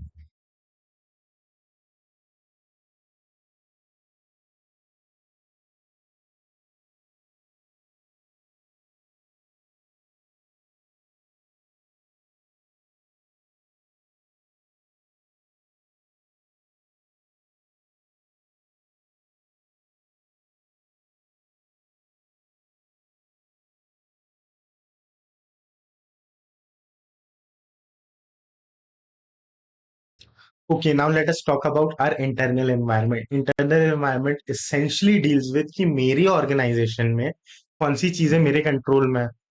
तो इसे हम याद रखते हैं। Through this points. अब ये points आप अगर क्लब करते हुए जाए तो आपको बहुत इजीली याद हो जाएगा। सबसे पहले है मेरे दो पॉइंट्स कि मेरी ऑर्गेनाइजेशन के लिए मुझे टॉप से बॉटम आना है। How do I start, this is the thinking framework. Top level पे मेरी ऑर्गेनाइजेशन का वैल्यू सिस्टम क्या है, उस वैल्यू सिस्टम को अचीव करने के लिए मेरा मिशन विजन ऑब्जेक्टिव क्या है। उसके बाद ये mission vision objective top level से नीचे कैसे आएगा, through organisational structure and through culture, कि मेरी ऑर्गेनाइजेशन में कौन सा स्ट्रक्चर है, मैनेजमेंट की क्या चेन ऑफ कमांड फॉलो हो रही है, एट द सेम टाइम कि what is the corporate culture that I am trying to set through this value mission and objectives. फिर मेरी ऑर्गेनाइजेशन में लोग काम करते हैं एज अ रिसोर्स, तो मेरे पास दो रिसोर्सेज हो सकते हैं। One is your people as a resource, तो that could be in terms of your labour unions, it could be your HR, कि आपका अनस्किल्ड लेबर चला गया लेबर यूनियन की ओर, जो आपका स्किल्ड लेबर है that is your quality of your human resource. And lastly जो आपका फिजिकल और टेक्नोलॉजिकल कैपिटल है, that is your physical resources and technological factors. तो ऐसे करके आप पहले तीन, फिर दो, और फिर तीन, इस तरीके से आप अपने इंटरनल फैक्टर्स को याद कर सकते हैं। Now let us have a discussion on what this environmental factors are. Environmental factors वो फैक्टर्स है जो पार्टली मेरे कंट्रोल में है, जिसमें सबसे पहले आता है मेरा वैल्यू सिस्टम। मेरा वैल्यू सिस्टम क्या होता है, मेरी कंपनी का एथिक, मेरी कंपनी का कल्चर, कि मेरी कंपनी में जो टॉप सीनियर मैनेजमेंट है वो कितना एथिकल है, वो कितना ट्रांसपेरेंसी, अकाउंटेबिलिटी, रिस्पॉन्सिबिलिटी में बिलीव कर रहा है, उनका एटीट्यूड क्या है, कि वो कितनी अपॉर्चुनिटी देते हैं अपने एम्प्लॉयज को when they raise their concern, वो कितना अवेयर है अपनी सोसाइटी के बारे में, वो कितना वेलफेयर के बारे में सोचते हैं अपने कंज्यूमर के। That becomes your value system. Now a value system is, अगर आप विजन मिशन और ऑब्जेक्टिव की बात करें तो इसमें सबसे बड़ा होता है आपका वैल्यू सिस्टम, क्योंकि आपका वैल्यू सिस्टम डिटरमाइन करता है कि आपके कॉर्पोरेट का कल्चर कैसा होने वाला है। The second point is mission and objectives. Mission and objective is कि सबसे पहले हम एक विजन सेट करते हैं, कि एक रोड मैप ऑफ फ्यूचर, कि मुझे इन फ्यूचर कहाँ पे जाना है, मैं क्या अचीव करना चाह रहा हूँ। उस ऑब्जेक्टिव को अचीव करने के लिए मैं ट्रांसलेट करता हूँ उसे एक मिशन स्टेटमेंट में। मिशन स्टेटमेंट क्या होता है, कि मेरी ऑर्गेनाइजेशन का ओवरऑल पर्पस क्या है, कि मैं क्या बिजनेस में हूं, मैं कौन से प्रोडक्ट्स दे रहा हूं, that is becomes my mission statement which determines the overall purpose of my organisation. और उस मिशन को अचीव करने के लिए मैं कुछ टेंजेबल गोल्स बनाता हूँ, जिन्हें मैं नाम देता हूँ एज ऑब्जेक्टिव्स। और किसी भी बिजनेस के दो ऑब्जेक्टिव होते हैं, पहला इज टू अर्न प्रॉफिट, दूसरा इज टू ग्रो। तो ये हो गया आपका पहला पार्ट, यहाँ पे मेरा वैल्यू सिस्टम क्या है, मेरा मिशन क्या है, ऑब्जेक्टिव क्या है, इसमें तीन चीजें आ जाती है। मेरा vision, where I want to go in future, मेरा mission statement, what is the overall purpose of my organization, and objectives of growth and profitability। फिर ये जो वैल्यू सिस्टम है ये मेरी ऑर्गेनाइजेशन में आएगा कैसे, ये मेरे कल्चर के थ्रू आएगा, ये मेरे मैनेजरियल स्ट्रक्चर के थ्रू आएगा।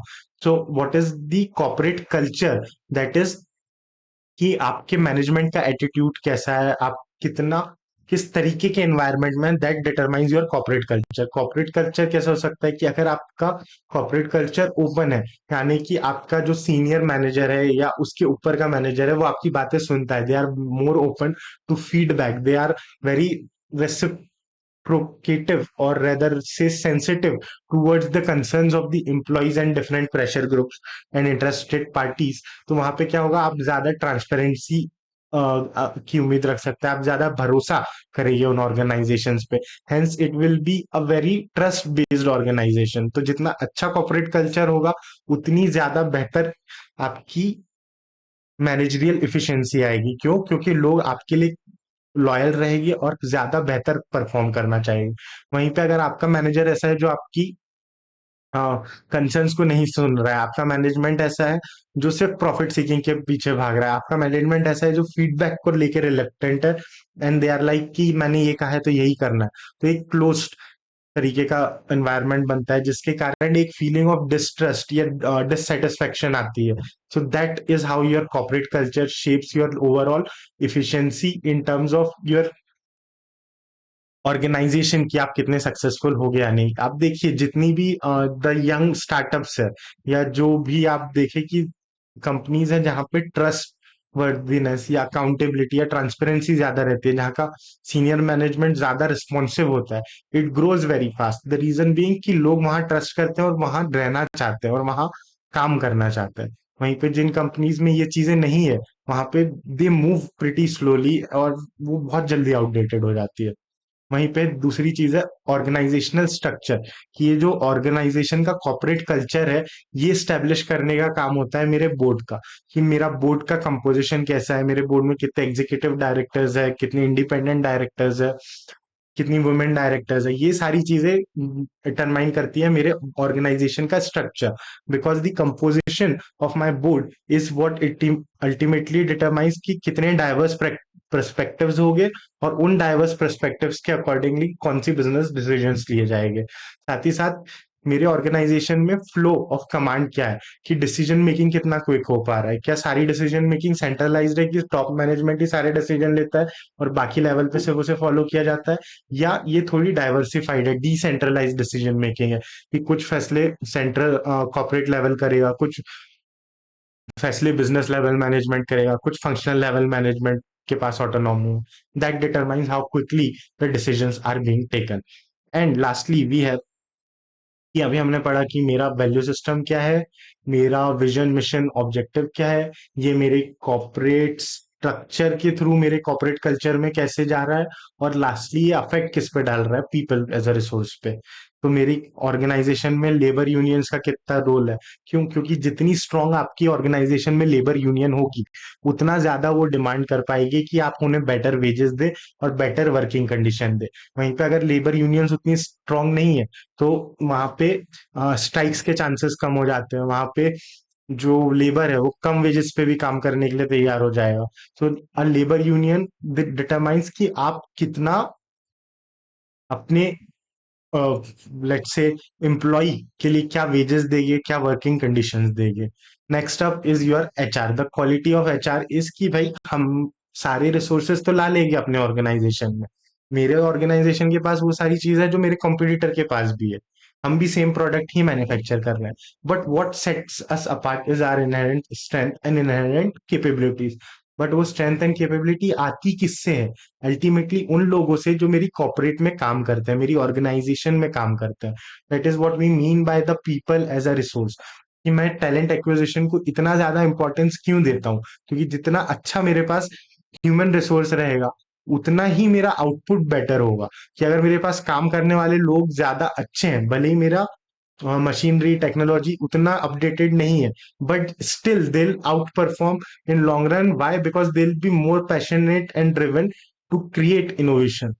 वहीं पे अगर मेरे पास टेक्नोलॉजी बहुत अच्छी है, रिसोर्सेज अच्छे हैं, बट काम करने वाले ही लोग अच्छे नहीं है, या I do not have that motivated staff, so they will be less innovative, they will be less effective, उनकी प्रोडक्टिविटी कम रहेगी। So that is how the quality of your HR affects your organisation.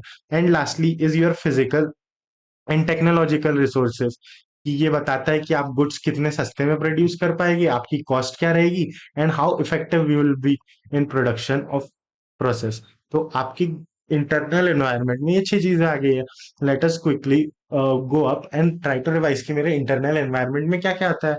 मेरे internal environment में सबसे पहले सबसे ऊपर से शुरू करते हैं, कंपनी का वैल्यू सिस्टम क्या है, वैल्यू सिस्टम के साथ साथ मेरा मिशन विजन और ऑब्जेक्टिव्स क्या है। अब ये मुझे कंपनी में इम्प्लीमेंट करना है, तो मैं कंपनी के कॉर्पोरेट कल्चर, कंपनी का ऑर्गेनाइजेशनल स्ट्रक्चर के थ्रू इम्प्लीमेंट करूंगा। ये किन के लिए हो रहा है? For people. तो मेरा क्वालिटी ऑफ ह्यूमन रिसोर्स कैसा है, मेरे लेबर यूनियंस कैसे हैं, और रिसोर्स कि मेरा फिजिकल एंड टेक्नोलॉजिकल रिसोर्स कैसा है। That brings your internal factors. तो अब let us go back to our book. यहाँ पे आपके चैप्टर का एक मेजर पोर्शन खत्म हो गया है, that is your environmental analysis. अब इस एनवायरमेंटल एनालिसिस को मुझे क्यों करना था? ताकि मुझे स्वॉट पता चले कि मेरी strength, weakness, opportunities and threat क्या है। So let us go ahead and quickly read through what we have revised। और उसके बाद सेकेंड हाफ में हम रीड करेंगे माइकल पॉटर्स 5 फैक्टर मॉडल। ये 5 फैक्टर मॉडल क्या बात करता है? ये 5 फैक्टर मॉडल बात करता है कि ऐसे कौन से 5 फैक्टर्स है, ऐसे कौन से 5 इंपॉर्टेंट फैक्टर्स है जो मेरी ऑर्गेनाइजेशन की long term success, long term longevity पे असर डालते हैं, सबसे ज्यादा असर डालते हैं। Those are what Michael Porter's 5 factor model is. तो हम फटाफट ये पूरा बुक से रीड करके आते हैं, then will be moving towards Michael Porter की 5 फैक्टर मॉडल, जिसमें हमें क्या क्या बात करनी है। पहली चीज की माइकल फैक्टर पॉटर का कि 5 फैक्टर मॉडल क्या है। बहुत ही सिंपल है, आपको बहुत इजीली याद हो जाएगा, और इसमें 4 4 पॉइंट्स हर फैक्टर के आपको बहुत सिंपली आप एग्जांपल्स के थ्रू ही याद रख पाएंगे। फिर हम बात करेंगे कि वैल्यू क्रिएशन की एक ऑर्गेनाइजेशन में मुझे अल्टीमेटली कस्टमर पैट्रोनेज जीतनी है, तो वो मैं कैसे जीतता हूँ? Through value creation. और वो वैल्यू क्रिएशन कैसे कर सकता हूँ? This is something extra which is not in this chapter as such, but I have included over here. Next is कि ये जो हम बात कर रहे थे माइकल पॉटर में, हम 5 फैक्टर्स पढ़ते हैं, तो उन 5 फैक्टर्स में आपको क्या क्या 2 2 3 3 4 4 पॉइंट्स याद रखने हैं, वो यहाँ पे दिया हुआ है। And lastly core competency and competitive advantage पे हम कुछ चर्चा करेंगे, क्योंकि something that I realised is की core competency and competitive advantage ये ऐसा जिस चैप्टर में नहीं दिया, बट ये टर्म्स हम बहुत इंटरचेंजेबली थ्रू एंड थ्रू इस कोर्स में डिस्कस करने वाले हैं। तो एक आपको एक ब्रीफ आइडिया आ जाए कि कोर कॉम्पिटेंसी क्या होता है, कॉम्पिटिटिव एडवांटेज क्या होता है, कोर कॉम्पिटेंसी किन फैक्टर्स से अफेक्ट होता है, तो you will be much more equipped to look at the syllabus from a different perspective. तो ये एक थोड़ी बाहर की चीज है जो हमें आगे वाले आने वाले चैप्टर्स में हेल्प करेगी, जिसपे हम थोड़ी सी डिस्कशंस करेंगे। और लास्टली हम देख लेंगे कि कुछ पास्ट पेपर्स में, जैसे कि हम सीएसआर पढ़ रहे थे, तो क्या ये एक्चुअली पेपर में आता भी है, कि जो चैप्टर्स हम पढ़ रहे हैं उनका कितना वेटेज है, और ये कहाँ कहाँ हमें इनसे रिलेटेड क्वेश्चंस देखने को मिल सकता है। जैसे अगर आप ये देखें मेरे पीछे, this is a question paper of number 1, that means it's a June examination 2026 का क्वेश्चन पेपर है। यहाँ पे फर्स्ट क्वेश्चन में आप देखेंगे, तो यहाँ पे 5 मार्क का question is based upon CSR. Similarly if I go down a little bit, तो यहाँ पे आपको पेसल framework, look over here, question 2 है 5 मार्क्स पेसल फ्रेमवर्क का है, जो हमने अभी अभी पढ़ा था। Next you go a little more down, तो आपको और चैप्टर्स में आप हम एक ओवरव्यू देख लेंगे बेसिकली, कि जो अभी तक के हमने पढ़ा वो कितने मार्क्स का टर्न अप हो रहा है ऑन एन एवरेज हर पेपर और हर एग्जामिनेशन साइकिल में।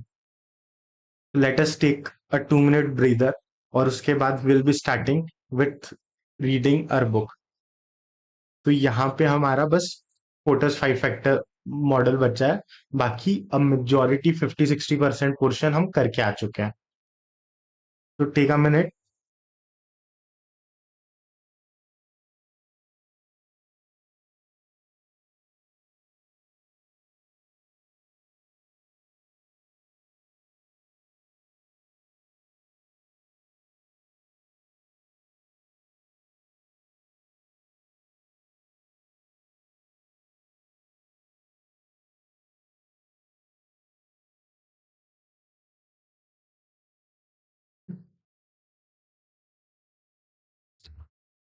आइए चलिए रीड करना शुरू करते हैं। सो लेट अस गो विथ, ये फ्रंट पेज में स्किप करता हूँ क्योंकि इसमें वही बेसिक स्ट्रक्चर है जो हमने देख लिया है ऑलरेडी।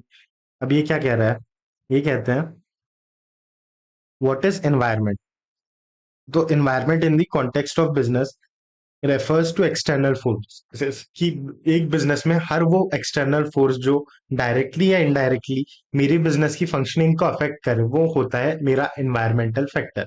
अब यहाँ पे एक चीज थोड़ा ध्यान से देखना, यहाँ पे आप डेफिनेशंस भी पढ़ेंगे, तो यहाँ पे आपको देखेंगे सम ऑफ ऑल एक्सटर्नल फोर्सेस, क्योंकि इंटरनल फोर्सेस तो मेरे कंट्रोल में है ना, but ultimately it's the external force that affect my business. तो जब हम इन्वायरमेंट पढ़ते हैं तो हम भले ही इंटरनल एंड एक्सटर्नल एनवायरनमेंट में उसे बाइफरकेट करते हैं, बट हमारे लिए ज्यादा सिग्निफिकेंस होता है एक्सटर्नल एनवायरनमेंट का। क्यों? क्योंकि वो हमारे कंट्रोल के बाहर है। So external factors influence your internal factors as well. और यहाँ पे भी अगर आप डेफिनेशंस देखेंगे, जिस पे हम थोड़ी देर में आएंगे, यू विल फाइंड कि ये सभी डेफिनेशंस जो है, इनका पॉइंट ऑफ व्यू एक एक्सटर्नल फैक्टर के पॉइंट ऑफ व्यू से ही दिया हुआ है। So a business helps country to accomplish its economic goals, generate employment opportunity, and make available different types of goods and resources for human consumption. A business organization does not exist in vacuum कि business अकेला exist नहीं करता, but it has to take into account external and internal environment जो हम पढ़ चुके हैं. A business environment may offer opportunity to a firm or possess a threat. कि हमने पढ़ा था कैरेक्टरिस्टिक में कि बिजनेस एनवायरनमेंट मल्टी डायमेंशनल होता है, कि वो पॉजिटिव भी हो सकता है, नेगेटिव भी हो सकता है, वो थ्रेट भी दे सकता है, अपॉर्चुनिटी भी क्रिएट कर सकता है. A business environment also attract a number of internal factors कि एक business environment से आपके internal factors पे भी असर पड़ता है, which are the forces inside a business, while policymakers and management on the top are concerned with external environment कि आपकी कॉर्पोरेट लेवल स्ट्रेटेजी जो बनती है वो एक्सटर्नल एनवायरनमेंट को देख के बनती है, जो आपका टॉप लेवल मैनेजमेंट बनाता है. इसीलिए ये डेफिनेशंस एक्सटर्नल एनवायरनमेंट को ज्यादा भाव दे रही है. वहीं पे जो इंटरनल एनवायरनमेंट है, मेरा कॉर्पोरेट कल्चर कैसा है, मेरी कॉर्पोरेट में विजन मिशन को कितना फॉलो किया जा सकता है, ये सारी चीजें मेरा मिडिल एंड लोअर मैनेजमेंट ज्यादा इन्वॉल्व होता है इन चीजों में. Hence it is concern with internal environment. अब डेफिनेशन पे आते हैं. अकॉर्डिंग टू केथ डेविस, अब if I can show you around here, there is a question जहाँ पे ये अगेन इन्होंने सीएसआर पे एक क्वेश्चन पूछा है. यहाँ पे एक क्वेश्चन होना चाहिए जहाँ पे इन्होंने डायरेक्टली आपसे डेफिनेशन ही पूछी थी, that mean by what do you mean bye environment, और उन्होंने आपको नाम ही दिया था. तो अभी तक के जितना हम, अगर लेट से मुझे एक स्पेसिफिक डेफिनेशन भी याद नहीं आ रही है एग्जामिनेशन में, तो मुझे कुछ जनरल पॉइंट्स तो याद ही है, उसके बेसिस पे भी मैं अपनी डेफिनेशन बना ही सकता हूँ. Where is that question? ये again C S R you have 5 mark का क्वेश्चन. तो लास्ट में मैं आपको एक पीडीएफ दे दूंगा जिसमें, इसी पीडीएफ में लास्ट में मैं एक सीएसआर का चार्ट दे दूंगा जिसमें हम वही डिस्कस करेंगे कि सीएसआर क्या है क्या नहीं है, and more additional provisions relating to CSR. फिर ये स्ट्रेटेजिक लीडरशिप जो हमने चैप्टर 1 में देखा था कि लीडरशिप क्या है, टाइप्स क्या है, स्ट्रेटेजिक प्लानिंग के एडवांटेजेस क्या है, that is what has been asked over here. Then let me quickly go through to.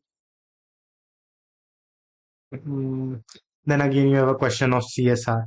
कि एक चीज तो मुझे कॉमन दिखती है कि हर एग्जामिनेशन साइकिल में फॉर ऑलमोस्ट 5 to 10 मार्क्स आपको सीएसआर का एक क्वेश्चन दिख ही रहा है. Next you have a question on your strategic planning. फिर ये रहा वो question. The term business environment is defined by several business experts and economist. उन्होंने आपको एक जेनरिक स्टेटमेंट दिया है. फिर ये पूछ रहे हैं what is the definition given by Keith Davis, और उसका कॉन्टेक्स्ट बताइए. And at the same time ये हमसे पूछ रहे हैं कि demographical environmental factor influence business. Demography हमने कहाँ पढ़ा था? हमने पढ़ा था पेसेल में, और अभी तक हम देख के आए कि पेसेल पे भी हमें हर एग्जामिनेशन साइकिल में एक आध क्वेश्चन तो दिख ही रहा है. तो इन्होंने पेसिल में एक फैक्टर पकड़ लिया, demographical factor, and they are asking कि वो डेमोग्राफिकल फैक्टर मेरे बिजनेस को कैसे इन्फ्लुएंस करेगा. तो अब हम पढ़ रहे हैं कीथ डेविस की डेफिनेशन. ये क्या कहते हैं? ये कहते हैं कि business environment is an aggregate of all condition. हमने क्या पढ़ा था? Business environment is a sum total of factors. तो उन्होंने भी तो वही कहा कि it is an aggregate of all conditions, events and influences that surround and affect a business which are outside the control, or some factors which are outside the control of business. इसी को उन्होंने थोड़ा घुमा के कह दिया कि a business environment is nothing but an aggregate of all events, conditions that influence a business and the surrounds and affects the business. कि ये वो सभी एग्रीगेट कंडीशंस है, इवेंट्स है, जो इन्फ्लुएंस करते हैं और सराउंड करते हैं मेरे बिजनेस को. वहीं पे बेयॉर्ड ओ विलर ने भी एक डेफिनेशन दी. इन्होंने भी क्या किया? It is the total of all things. ये सम है, ये टोटल है सभी चीजों का, which are external to a business और firm, which affects the organisation and its operation. वो सारी बाहर की चीजें जो मेरी ऑर्गेनाइजेशन के ऑपरेशन को इफेक्ट करे. फिर है ऑथर वीमर. इन्होंने भी सेम डेफिनेशन दी है हमें. ये क्या कहते हैं कि बिजनेस environment encompasses मतलब कि includes, कि business environment includes the climate or set of condition, economical, social, political, institutional, which in which the business is conducted, कि ये सभी कंडीशन जिसमें बिजनेस हो रहा है वो मेरे इन्वायरमेंट का हिस्सा बनती है। देयरफॉर बिजनेस इन्वायरमेंट में be defined as the sum of all individual, institutional, and other forces outside the control of a business enterprise, but the business still depends on them as they affect its overall performance and sustainability. Same definition है जो हम पहले ही देख के आ चुके थे। The factors which encompass business environment are, कि बिजनेस एनवायरनमेंट को कौन कौन से फैक्टर्स एनकम्पास करते हैं। तो यहाँ पे आप कॉस्मिक और पैसिल के सारे फैक्टर्स लिख देंगे क्या? हाँ, आपके supplier, competitor, consumer, government, bank, customers, economic condition, markets, technology, innovation, political parties, institution and other institutions working externally of a business constitutes the environment. ये सारे फोर्सेस हमारे बिजनेस को इन्फ्लुएंस करते हैं बाहर से। That has been given here. अब simple सा यहाँ पे इन्होंने एक एग्जांपल दिया है कि कैसे एक एक्सटर्नल फैक्टर मेरे बिजनेस को असर डाल सकता है। तो इन्होंने क्या है कि गवर्नमेंट ने टैक्सेस बढ़ाए। अब इनका ये कहना है कि गवर्नमेंट ने टैक्स बढ़ाए, इससे मेरे बिजनेस पे क्या असर होगा? नंबर वन, गवर्नमेंट ने टैक्स बढ़ाया है। टैक्स बढ़ने के कारण हाउस होल्ड की सेविंग कम होगी। हाउस होल्ड की सेविंग कम होगी यानी कि हाउस होल्ड के पास जो डिस्पोजेबल इनकम आ रहा है वो कम होगा। तो हाउस होल्ड का डिस्पोजेबल इनकम कम हुआ, हाउस होल्ड ने अपना एक्सपेंडिचर कम कर दिया। जब हाउस होल्ड एक्सपेंडिचर कम कर रहा है, मार्केट में गुड्स एंड सर्विसेज की डिमांड गिरेगी। गुड्स एंड सर्विसेज की डिमांड गिरी तो मेरा सेल्स कम होगा। तो इस तरीके से टैक्सेशन का मेरे टॉप लाइन पे क्या असर पड़ रहा है, वो चीज उन्होंने यहाँ एक एग्जांपल के थ्रू हमें एक्सप्लेन की है। नेक्स्ट उन्होंने आपको एक बहुत ही छोटा सा डायग्राम दिया है जिसमें वो कह रहे हैं कि ये फैक्टर्स जो है ना, इन्हें हम दो तरीके से बांट सकते हैं। पहले फर्म रिलेटेड फैक्टर्स, जब भी वो आपको क्या कहे, फर्म रिलेटेड फैक्टर्स, कि वो सारे फैक्टर्स जो मेरे बिजनेस की पेरिफेरी पे काम करते हैं, those are firm related factors. उन्हें हम नाम दे देते हैं एनवायरमेंटल फैक्टर्स का। और जो फैक्टर्स मेरी फर्म के बाहर है, दोज आर एक्सटर्नल इन्फ्लुएंसेस, उसे हम नाम दे दे रहे हैं एक्सटर्नल एनवायरमेंट का। अब एनवायरमेंटल फैक्टर्स और एक्सटर्नल एनवायरमेंट मेरे बिजनेस के डिसीजंस को कैसे असर डालता है? यहाँ पे उन्होंने दिया है इम्पोर्टेंस, कि अरे ये तो हमने स्टार्टिंग में ही पढ़ा था, कुछ देखा देखा सा लग रहा है क्या? कि मेरे फर्म में when I do an environmental analysis, it helped me draft a strategy, turn into an action plan, predict, forecast national, global, socio-economical things, compete with my competitor, resulting in an up-to-date dynamic business। वही चीजें यहाँ पे दी गई है कि it helps in development of strategy, long-term policies and objectives. It helps in development of an action plan that deals with the change in environment. It helps you forecast the consequences of socio-economical changes at national and global level on the capability, on the company's stability। फिर ये कह रहे हैं कि इससे क्या होगा? इससे आप कंपटीटर की स्ट्रेटेजी को ध्यान में रख के अपनी खुद का काउंटर मूव फॉर्मुलेट कर पाएंगे। And at the same time it will help you to create your business to be more dynamic and more up to date. उसके बाद में हमारे पास है कैरेक्टरिस्टिक्स ऑफ बिजनेस एनवायरनमेंट, जिसमें मैंने पढ़ा था कि बिजनेस एनवायरनमेंट डायनामिक है और क्या मैं इसके बिना एग्जिस्ट कर सकता हूँ। तो डायनामिक से मैंने तीन चीजें निकाली थी कि बिजनेस एनवायरनमेंट डायनामिक है, स्टैटिक नहीं है। दूसरी चीज की ये डायरेक्टली इनडायरेक्टली मुझे इम्पैक्ट करता है। तीसरी चीज क्या थी, इसमें दो फैक्टर आते हैं, इंटरनल एक्सटर्नल। फिर मैंने कहा था कि क्या मैं इसके बिना एग्जिस्ट कर सकता हूँ? So you depend on an environment for support activities, that was your one part। Second, hence it becomes a very integral to your business. दूसरी चीज, ये मेरे डिसीजन मेकिंग में हेल्प करता है। एंड ओवरऑल इसके मल्टी डायमेंशनल इफेक्ट हो सकते हैं, पॉजिटिव नेगेटिव। वही चीज यहाँ पे दी गई है कि इन्वायरमेंट डायनामिक नेचर का है। environment keeps of changing as the changes occur and frequently the environment changes, more frequently it will impact a business। कि environment बार बार बदलता है, तो जितनी बार environment बदला है उतनी बार मेरे बिजनेस पे असर पड़ा है। Next is direct and indirect impact, की कुछ इम्पैक्ट डायरेक्ट हो सकते हैं, कुछ इम्पैक्ट इनडायरेक्ट हो सकते हैं। जैसे डायरेक्ट इम्पैक्ट की, गवर्नमेंट ने सब्सिडीज हटा दी प्रोड्यूसर के लिए, वो डायरेक्ट इम्पैक्ट है कि आपकी कॉस्ट ऑफ प्रोडक्शन बढ़ गई। और ये जो इन्होंने यहाँ टैक्सेशन का एग्जांपल दिया था, ये इनडायरेक्ट इम्पैक्ट है कि कैसे इनडायरेक्टली आपके सेल्स पे असर पड़ा है। दूसरा है, टू टाइप्स ऑफ फैक्टर्स होते हैं, इंटरनल एक्सटर्नल, जिसपे तो हम बहुत डिस्कशन करने वाले हैं। Next is intern it is an integral part of environment, क्योंकि without the support of internal environment या external environmental factors, business can't run. कि अगर एक ऑर्गेनाइजेशन में इंटरनल एनवायरनमेंट ही ना हो, आपके पास फिजिकल रिसोर्सेज ना हो, या आपके पास लेबर ना हो, तो आप काम ही कैसे करोगे? या एक्सटर्नल एनवायरनमेंट में आपके पास कंज्यूमर ना हो, तो गुड्स बना तो लिए, बेचोगे किसको? That is the thing. उसके बाद है इम्पैक्ट ऑफ बिजनेस डिसीजन, कि ये हर चीज आपके बिजनेस पे इफेक्ट डालता है। कि आपको इन फैक्टर्स को कंसिडर करके चलना पड़ता है कि आप कितने प्रोएक्टिव रहोगे और कितने रिएक्टिव रहोगे। जैसे कि due to environment business can take proactive steps, की कुछ चीज ऐसी होती है जिनके लिए बिजनेस प्रोएक्टिव स्टेप्स ले सकता है। जैसे कि ग्लोबल क्राइसिस, आप देखोगे पिछले 5-6 साल से, जब से कोविड आया है, ग्लोबल सप्लाई चेन्स कॉन्स्टेंटली किसी ना किसी कारण से हैम्पर हुई है।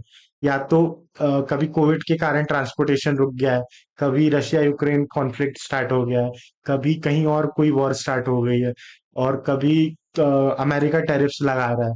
तो इस केस में आप प्रोएक्टिवली डिसाइड करते हो कि ऑन फ्यूचर भी चीजें अनसर्टेन हो सकती है, so how do I move forward. और वहीं पे कुछ चीजों के लिए आप रिएक्टिव डिसीजंस ले सकते हो, कि हो सकता था आपको लगता था एक पॉलिटिकल पार्टी आपके स्टेट में जीत के आएगी जहां पे आप हो, बट वहां दूसरी पॉलिटिकल पार्टी आ गई। So you have to react and you have to adapt accordingly. Same example is technological changes, कि आज से 2 साल पहले तक के people were not that keen in to A I. Chat GPT थोड़ा बहुत चलता था। उसके बाद एकदम से एक बूम आया that chat GPT was the buzzword, कि हर किसी को चैट जीपीटी सीखना है। तो उस टाइम पे आपने रिएक्ट किया, आपने टेक्नोलॉजी के साथ खुद को अडेप्ट किया, you become a master of chat GPT. फिर आज देखो, आज chat GPT is nowhere to be found in the market. आज people are moving towards Gemini, people are more specially in corporates moving towards Claude. तो अब एक नया software आ गया है, तो आपने जो सीखा था एआई वो आउटडेट हो गया 1 साल के अंदर ही, अब आपको क्लॉड सीखना पड़ रहा है। हो सकता है 6 महीने 8 महीने बाद एक नया प्रोडक्ट आ जाए जो क्लॉड को भी आउटबिट कर दे। So that is how technology keeps on evolving. और आपको एक रिएक्टिव डिसीजन की तरह काम करना पड़ता है, क्योंकि आपको नहीं पता ना आने वाले 1 साल में कौन सा नया एआई मॉडल चलेगा। तो that is where you are reacting to technological changes. फिर है मल्टी डायमेंशनल, की it has both positive impacts as well as negative impacts. वही पेट्रोल और ईवी वाला जो हमने पढ़ा था एग्जाम्पल, की पेट्रोल कार्स और ईवी कार्स में कैसे कंपटीशन हो रहा है। नेक्स्ट भी है एनवायरमेंटल फैक्टर की। अब हम बात कर रहे हैं कि एनवायरमेंटल फैक्टर्स क्या क्या हो सकते हैं। तो हमने पहले स्टार्ट किया विथ, तो अब हम देख रहे हैं कि हमारे एक्सटर्नल एनवायरमेंटल फ्रेमवर्क में क्या क्या चीजें आती थी। External environment consist of all factors affecting a business from outside the boundaries. It consists of shareholders, legal, compliance, customer, society, government rules, regulations. ये सारे फैक्टर अनकंट्रोलेबल रहते हैं एंड हमें अडेप्ट करना पड़ता है इनके अकॉर्डिंगली। फिर ये एक छोटा सा चार्ट है जहाँ पे हमने कॉस्मिक पढ़ा था, ओ से हमने ओ की जगह हम पब्लिक वर्ड यूज कर रहे थे। फिर यहाँ पे हमने मैक्रो एनवायरनमेंट के लिए कुछ चीजें देखी थी, जिसमें हम पेसेल जी फ्रेमवर्क फॉलो कर रहे थे, या PESTEL is a globally accepted framework follow कर रहे थे। पहले हम ये कवर करते हैं, then will be moving towards our internal environment. पहले एक्सटर्नल एनवायरनमेंट। एक्सटर्नल एनवायरनमेंट में क्या कह रहा है? External environment can be subdivided into micro and macro environment, की माइक्रो एनवायरनमेंट भी होता है, मैक्रो एनवायरनमेंट भी होता है। Different players in micro economics normally do not affect the firms of a particular industry. However, sometimes microenvironment of various businesses may remain more or less same। कि as such macro environmental factors वो होते हैं जो हर industry को affect करता है। Micro environmental factors वो हो सकते हैं जो बिजनेस टू बिजनेस वेरी कर जाए। अब हम बात कर रहे हैं एक्सटर्नल माइक्रो एनवायरनमेंट की। तो इन्होंने स्टार्ट ही माइक्रो एनवायरनमेंट से किया। ये कहते हैं कि micro environment are the factors in companies immediate environment, कि आपसे जो इमीडिएट लगे हुए हैं आपके बिजनेस की पेरीफेरी पे जो है, those are your immediate environment. Micro environment include those players whose decisions and actions have a direct bearing on the company, जिनका डायरेक्ट इम्पैक्ट होता है आपकी कंपनी पे। Production and sales of goods are the two important aspect, ये आपके production और आपके sales पे असर डालते हैं।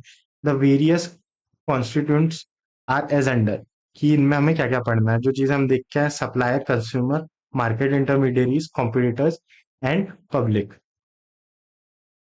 तो मेरे सप्लायर्स कौन होते हैं? सप्लायर्स ऑफ द रिसोर्सेज, कौन कौन से रिसोर्स हो सकते हैं? Financial, raw material, fuel, power, other factors of production are paving the way for smooth conduction of the business. कि मेरा सप्लायर डिटरमाइन करता है कि मुझे रिसोर्सेज कितने आसानी से मिल रहे हैं ताकि मेरी बिजनेस ऑपरेशन इतने स्मूथली ऑपरेट हो पाए।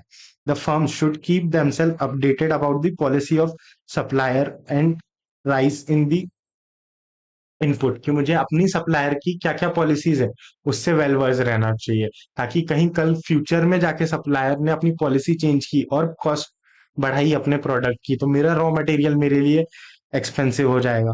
That is why I have to be well versed with his policies. Will influence the volume, sales volume and profitability. ये क्यों? क्योंकि अगर रॉ मटेरियल महंगा मिल रहा है, कॉस्ट ऑफ प्रोडक्शन बढ़ेगा, मेरा फाइनल गुड का या तो प्राइस में बढ़ाऊंगा तो मेरी सेल्स की वॉल्यूम पे असर पड़ेगा, या मैं प्राइस सेम रखना चाहूँ तो मुझे अपनी मार्जिन्स कम करनी पड़ेगी, तो मेरी प्रॉफिटेबिलिटी पे असर पड़ेगा। The scarcity of input also enable a bearing on production schedule, कि अगर मुझे टाइम पे गुड्स नहीं मिले तो मेरा प्रोडक्शन स्केड्यूल हैम्पर होता है। For smooth production and sale, the business should have more than one supplier in their list and have an unhampered बिना रुके प्रोडक्शन स्केड्यूल।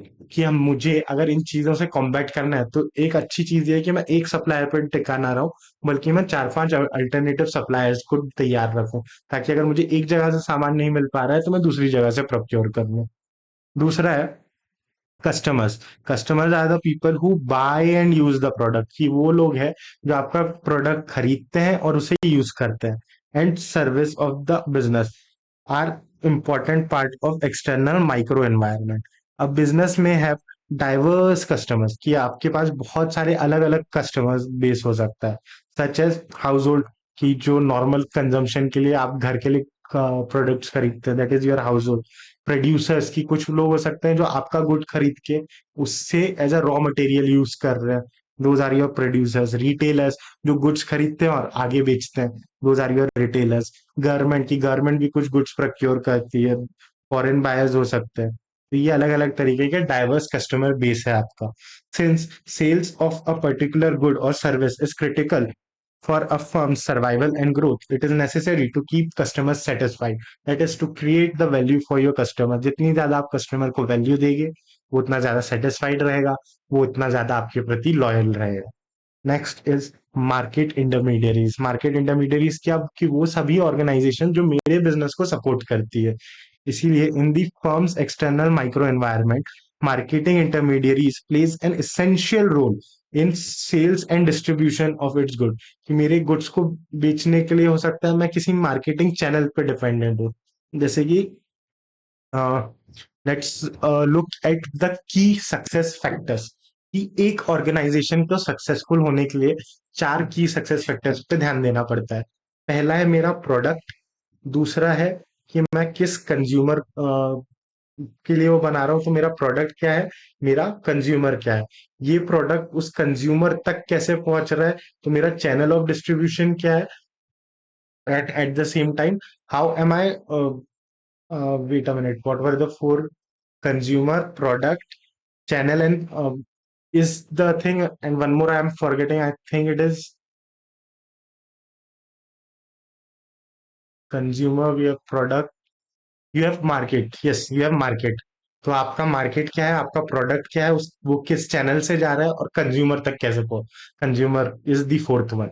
तो इसमें जो चैनल है that becomes an important role आपके selling and distribution का। कि ये यहाँ पे कह रहे हैं कि आप अपने कंज्यूमर तक के कैसे गुड्स एंड सर्विसेज पहुंचा पा रहे हो, कैसे डिस्ट्रीब्यूट कर रहे हो वो प्रोडक्ट। वो marketing channel becomes a marketing intermediate. They are physical distribution, कि आप फिजिकली अपने गुड्स भेज रहे हो, आप कौन सी ट्रांसपोर्टेशन फॉर्म को एंगेज कर रहे हो। आप, it is not possible for you कि अगर आप ऑनलाइन सामान बेच रहे हो तो आप इंडिया के हर कोने तक के सामान बेचो, तो आप किसी कोरियर पार्टनर के साथ, ब्लू डार्ट के साथ, लेट से एनी कोरियर सर्विस के साथ आप टाई अप करते हो, that becomes your transportation and logistic partner. फिर सर्विस एजेंसीज, की सर्विस एजेंसीज की जैसे मीडिया फॉर्म्स है, आप एडवर्टाइज कैसे करते हो, आप मार्केट कैसे कर रहे हो अपने प्रोडक्ट को। फाइनेंशियल इंटरमीडियरीज, की आप लोन कहाँ से ला रहे हो, वर्किंग कैपिटल कहाँ से ला रहे हो, that assist in production, marketing and insurance of goods against the loss of theft and fire. Business has to maintain a healthy relationship with all of them to conduct a smooth business. कि इन सभी intermediaries के साथ भी business को अच्छे रिश्ते बना के रखने. All these factors largely collaborate by the firm, but they are operating in a large macro environment beyond their control. तो ये मार्केटिंग एनवायरनमेंट में जो सॉरी ये जो मार्केट इंटरमीडियरीज हम पढ़ रहे हैं ये फर्म से इमीडिएटली कनेक्टेड है, बट ये मार्केटिंग इंटरमीडियरीज जो इंटरनल एनवायरनमेंट का पार्ट है ये भी मैक्रो एनवायरमेंटल फैक्टर से अफेक्ट होते हैं. कैसे? जैसे हमने मार्केट इंटरमीडियरीज में पढ़ा bank. Bank and financial institution micro environment का पार्ट है, लेकिन जो आपकी गवर्नमेंट की पॉलिसी है, जो आपके मॉनेटरी बैंक की पॉलिसी है, जो एक्सपेंशनरी हो सकती है, कॉन्ट्रैक्शनरी हो सकती है, वो अल्टीमेटली इफेक्ट करती है इस बैंक की क्रेडिट पॉलिसी पे, जो अल्टीमेटली आपकी रिसोर्स अवेलेबिलिटी पे इफेक्ट डालता है. तो ऐसे एक एक्सटर्नल फैक्टर इनडायरेक्टली एक इंटरनल फैक्टर को इन्फ्लुएंस कर रहा है. competitors competitors are different rival firms which compete with each other for the sale of their product. कि भाई आपका कंज्यूमर बेस तो एक ही है, आप प्रोडक्ट भी एक तरीके का बना रहे हो, तो आप इस कंज्यूमर बेस से आप compete करना चाह रहे हो कि आपको ज्यादा से ज्यादा बड़ा मार्केट शेयर मिले. That is what the rivalry of competitors is all about. This is the competition may be on the basis of price of the product. या तो आप प्राइस में compete कर रहे हो कि मैं सबसे सस्ता बेच सकता हूँ, और it is also non price competition कि जहाँ कंज्यूमर ही प्राइस सेंसिटिव नहीं है, वहां आप क्वालिटी पे compete कर रहे हो, डिफ्रेंसिएशन पे compete कर रहे हो. ये जो डिफ्रेंसिएशन है इसके लिए हम स्ट्रेटेजीज पढ़ते हैं माइकल पॉटर्स जेनरिक स्ट्रेटेजी, जहाँ पे वो कहते हैं कि अगर आप प्राइस पे compete कर रहे हो तो आप एक कॉस्ट लीडर हो, आप कॉस्ट कम करके बेचना चाह रहे हो. वहीं पे आप नॉन प्राइस पे compete कर रहे हो, आप कुछ यूनिक बना रहे हो, आप कुछ नेक्स्ट लेवल क्वालिटी दे रहे हो, डिफरेंशिएशन कर रहे हो अपने प्रोडक्ट का. तो ये एक दूसरी स्ट्रेटेजी है, और एक फोकस होता है जिसमें कि आप एक बहुत ही नीश मार्केट के लिए कुछ बनाना चाह रहे हो. तो ये सारी चीजें हम पढ़ते हैं under generic competitive strategies by Michael Porter in your business level strategies पे, जो हम आगे देखेंगे. उसके बाद है आपका पब्लिक. पब्लिक क्या होता है?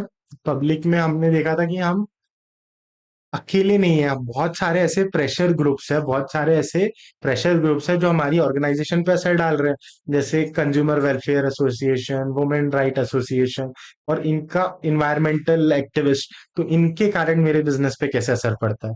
Finally, public is an important external factor in micro environment. Public, according to Philip Kotler, is any group that has actual or potential interest in or impact on the company's ability to achieve its objective. कि वो groups है जिनका या तो actual या potential interest हो या impact हो कंपनी के ऑब्जेक्टिव्स पे. A company is any group that has an actual potential interest in or an impact on an organization's ability to achieve its interest. अब इसमें कौन कौन आ जाता है? वही जेनरिक नाम, environmentalist, media groups, women associations, consumer protection groups, local groups, citizen associations are some important examples of public which have an important bearing on the business decision of a firm.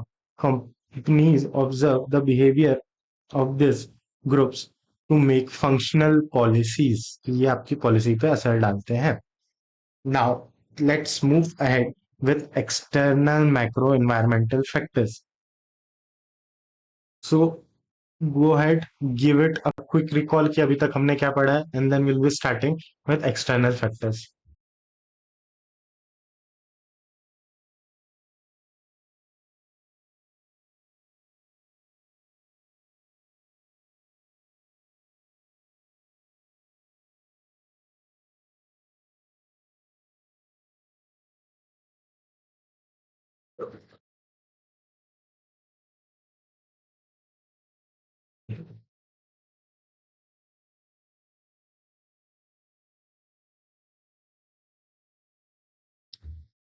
हाँ, ये चलिए शुरू करते हैं हमारे external macro economic factors. Macro economic factors में हमें कुछ नई नई चीजें बता रहे हैं जो हमने पहले कभी सुनी ही नहीं. ये कह रहे हैं कि apart from micro environment, business also comes across some external environmental factors. की बाहर भी कुछ फैक्टर्स होते हैं जिन्हें हम एक्सटर्नल environmental factors कह रहे हैं which are beyond the control and operation at macro level, कि हमारे कंट्रोल के बाहर है ये, because of the uncontrollable nature of such macroeconomic forces, a firm has to adjust itself to harness the opportunities thrown by such forces and mitigate the threat. कुछ तो नया बता दिया भाई कि बाहर के फैक्टर्स हमारे कंट्रोल के बाहर है, तो इनको देखते हुए हमें अपॉर्चुनिटीज पे कैपिटलाइज करना है, थ्रेट्स को मिटिगेट करना है। उसके बाद यहाँ पे इन्होंने कुछ फैक्टर्स दिए हैं। पहला है इन्वायरमेंटल फैक्टर। तो इन्वायरमेंटल फैक्टर क्या होता है? Environmental factor includes economical environment, includes all those factors which have an economic impact on a business. According to economic environment, consists of agriculture, industrial production, infrastructure, planning, basic economic philosophy, stages of economic development, trade cycle, national income, per capita, saving, price level, financial policies, कि जो हमने economic environment में पता किया था कि ये सारी वो चीजें हैं जो मेरे बिजनेस पे असर डालती है। जैसे कि एक बात कर लेते हैं हम यहाँ पे per capita income. Per capita income ये होता है कि आपकी इकोनॉमी में टोटल जीडीपी कितना है, उसको आपने टोटल पॉपुलेशन से डिवाइड कर दिया तो आपको एक पर कैपिटल इनकम मिल गई। तो जितनी ज्यादा पर कैपिटल इनकम होगी एक इकोनॉमी में, उतना ज्यादा हाउस होल्ड के पास या लोगों के पास डिस्पोजेबल इनकम होगी, उतना ज्यादा पैसा होगा, तो वो उतना ज्यादा गुड्स एंड सर्विसेज की डिमांड करेगी, जिसके कारण एक फेवरेबल इकोनॉमिक कंडीशन बनेगी, जिसके कारण प्रोड्यूसर ज्यादा गुड्स प्रोड्यूस करना चाहेंगे। Next is economical environment has definitely an impact on the activities of a business enterprise, ये हमारे बिजनेस को अफेक्ट कर रहा है। In the capitalistic economy, economic decision concerning investment and production and sales are profit oriented, की capitalist economy में हर चीज प्रॉफिट मोटिव से हो रही है। वहीं पे सोशलिस्टिक इकोनॉमी में जितने भी डिसीजंस होंगे वो सोशल वेलफेयर को ध्यान में रखते हुए लिए जाएंगे। तो वहां पे सोशलिस्टिक इकोनॉमी में आप प्रॉफिट मैक्सिमाइजेशन पे नहीं जाओगे, वहां पे आप सोशल वेलफेयर या वेल्थ क्रिएशन पे ज्यादा ध्यान दोगे। मिक्स्ड इकोनॉमी में आप देखोगे तो यहाँ पे दोनों चीजें को एग्जिस्ट हो रही है, इंडिविजुअली एंड जॉइंटली। फिर है चॉइसेस ऑफ अल्टरनेटिव, कि आप अल्टीमेटली एक इकोनॉमी आपको बताती है कि आपके पास क्या चॉइस है कि आप रिसोर्स एलोकेशन कैसे करेंगे, कि क्या प्रोड्यूस करना है, बेसिक इकोनॉमिक प्रॉब्लम, कैसे प्रोड्यूस करना है, किसके लिए प्रोड्यूस करना है, कौन सी टेक्नोलॉजी यूज करनी है, क्या आप कैपिटल इंटेंसिव होगे या लेबर इंटेंसिव होगे, किस टाइम पे कैसी डिमांड रहेगी, how do you forecast your demand. और ये सब कुछ डिपेंड करता है on the nature of capitalistic, socialistic और मिक्स्ड इकोनॉमी। फिर यहाँ पे इन्होंने इन्वायरमेंटल फैक्टर के कुछ 4-5 चीजें बता दी है कि इन्वायरमेंटल फैक्टर में क्या क्या आता है। पहली चीज इन्होंने कहा कि टैक्स रेट्स क्या है, वो मेरे इन्वायरमेंटल फैक्टर है, कि मेरी टैक्सेशन पॉलिसी गवर्नमेंट की मेरे लिए कितनी फेवरेबल है। करेंसी एक्सचेंज रेट ये क्यों अफेक्ट करता है? अरे गुड्स आप खरीदोगे, आप रॉ मटेरियल इंपोर्ट करोगे, तो उसके लिए आपको पेमेंट फॉरेन एक्सचेंज में देना है। आप गुड्स एक्सपोर्ट करोगे, तो जो आपका सेल्स का कंसिडरेशन है वो आपके लिए फॉरेन एक्सचेंज में आएगा। तो फॉरेन एक्सचेंज रेट्स क्या क्या है, इंटरेस्ट रेट क्या चल रहे हैं, आप कितना इजीली लोन ले पा रहे हैं सस्ते में, कॉस्ट ऑफ कैपिटल, आपका एम्प्लॉयमेंट कैसा है इकोनॉमी में, इकोनॉमी का सिस्टम, पॉलिसी एंड ग्रोथ कैसी है, ये चीजें जितनी फेवरेबल रहेगी उतना आपका बिजनेस ग्रो करेगा। फिर जनरल इकोनॉमिक कंडीशंस क्या है, overall fiscal and taxation policies क्या है। फिर बात करता है ये पॉलिटिकल लीगल एनवायरनमेंट की, कि पॉलिटिकल लीगल एनवायरनमेंट में क्या क्या आता है। सो ये सेज कि इट इंक्लूड्स 3 थिंग्स। पहली चीज पॉलिटिकल इंस्टीट्यूशंस भी आती है, नेमली लेजिस्लेटिव, की जहां पे लॉ बन रहे हैं, एग्जीक्यूटिव जो उन लॉस को इम्प्लीमेंट करने वाला है, जुडिशरी जो कोई डिस्प्यूट को रिजॉल्व करेगी, which usually plays a role in shaping, directing, developing, controlling business activity. In order to attain meaningful growth and stability in a dynamic political legal environment, it is very important कि ये सब important हो जाते हैं ताकि हम एक dynamic environment में सस्टेन कर पाए। उसके बाद ये कह रहे हैं कि legal environment is also significant for functioning of business as various laws are enforce that regulate operation of a business enterprise, की लॉज हमारे बिजनेस को डिटरमाइन करते हैं कि हमें क्या कंप्लायंस करने हैं और क्या क्या चीजें ध्यान में रखनी है। They relate to standards of production, packaging, protection of environment, economic ecological balance, ban on advertising on certain products such as alcohol and medicines, and advertisement for certain products containing statutory warnings like cigarettes. And laws also prevent restriction of trade practices and monopoly. कि laws हमें बताते हैं कि भाई आप एक product launch कर रहे हो तो प्रोडक्ट का पैकेजिंग क्या रहेगा, उसका साइज क्या रहेगा, उसके डायमेंशंस क्या रहेंगे, वो किन स्टैंडर्ड्स पे मीट करना चाहिए, और कि कैसे उनके एडवर्टाइजमेंट के नॉर्म्स होंगे, कैसे कुछ प्रोडक्ट लाइक सिगरेट्स पे आपको एक कॉशन दिखाना पड़ेगा, कैसे कुछ प्रोडक्ट जैसे कि सेम गुड्स लाइक अल्कोहल को आप एडवर्टाइज नहीं कर सकते। वो सारी चीजें यहाँ पे कही गई है। फिर उन्होंने पॉलिटिकल फ्रेमवर्क और लीगल फ्रेमवर्क को आपको थोड़ा बाइफरकेट करके दिया है कि ये कुछ चीजें हैं जो पॉलिटिकल फ्रेमवर्क में, ये कुछ चीजें हैं जो लीगल फ्रेमवर्क में।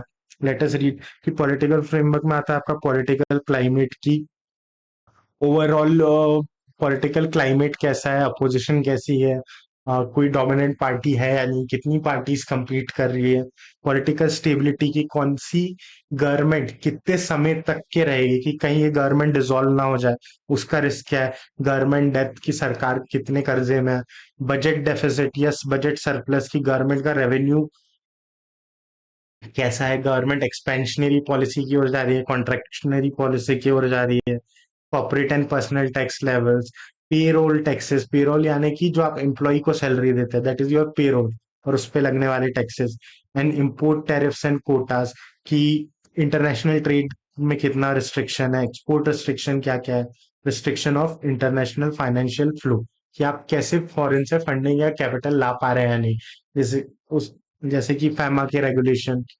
और उसके बाद आ रहे हैं हम लीगल फैक्टर्स पे। लीगल फैक्टर्स क्या क्या है, कि आपको मिनिमम कितना वेज देना है एम्प्लॉयज को, एनवायरमेंटल प्रोटेक्शन लॉज क्या क्या है, वर्कर सेफ्टी के लिए आप क्या कर रहे हो, लेबर लॉस क्या है, आप लेबर को कितने घंटे काम करा सकते हो, किस कंडीशन में, किस वेज पे, कॉपीराइट आईपीआर लॉस क्या क्या है, एंटी मोनोपोली लॉस, की कंज्यूमर प्रोटेक्शन और कंपटीशन लॉस क्या कहते हैं उस कंट्री के, लाइसेंसिंग कितना आसान है, और eight the same time loss that favour business investment, की आपकी गवर्नमेंट आपको बिजनेस इनिशिएटिव कितने ले रही है, कितनी ऐसी चीज डेवलप कर रही है, कितनी सब्सिडीज दे रही है, कितना आसान है बिजनेस स्टार्ट कर पाना।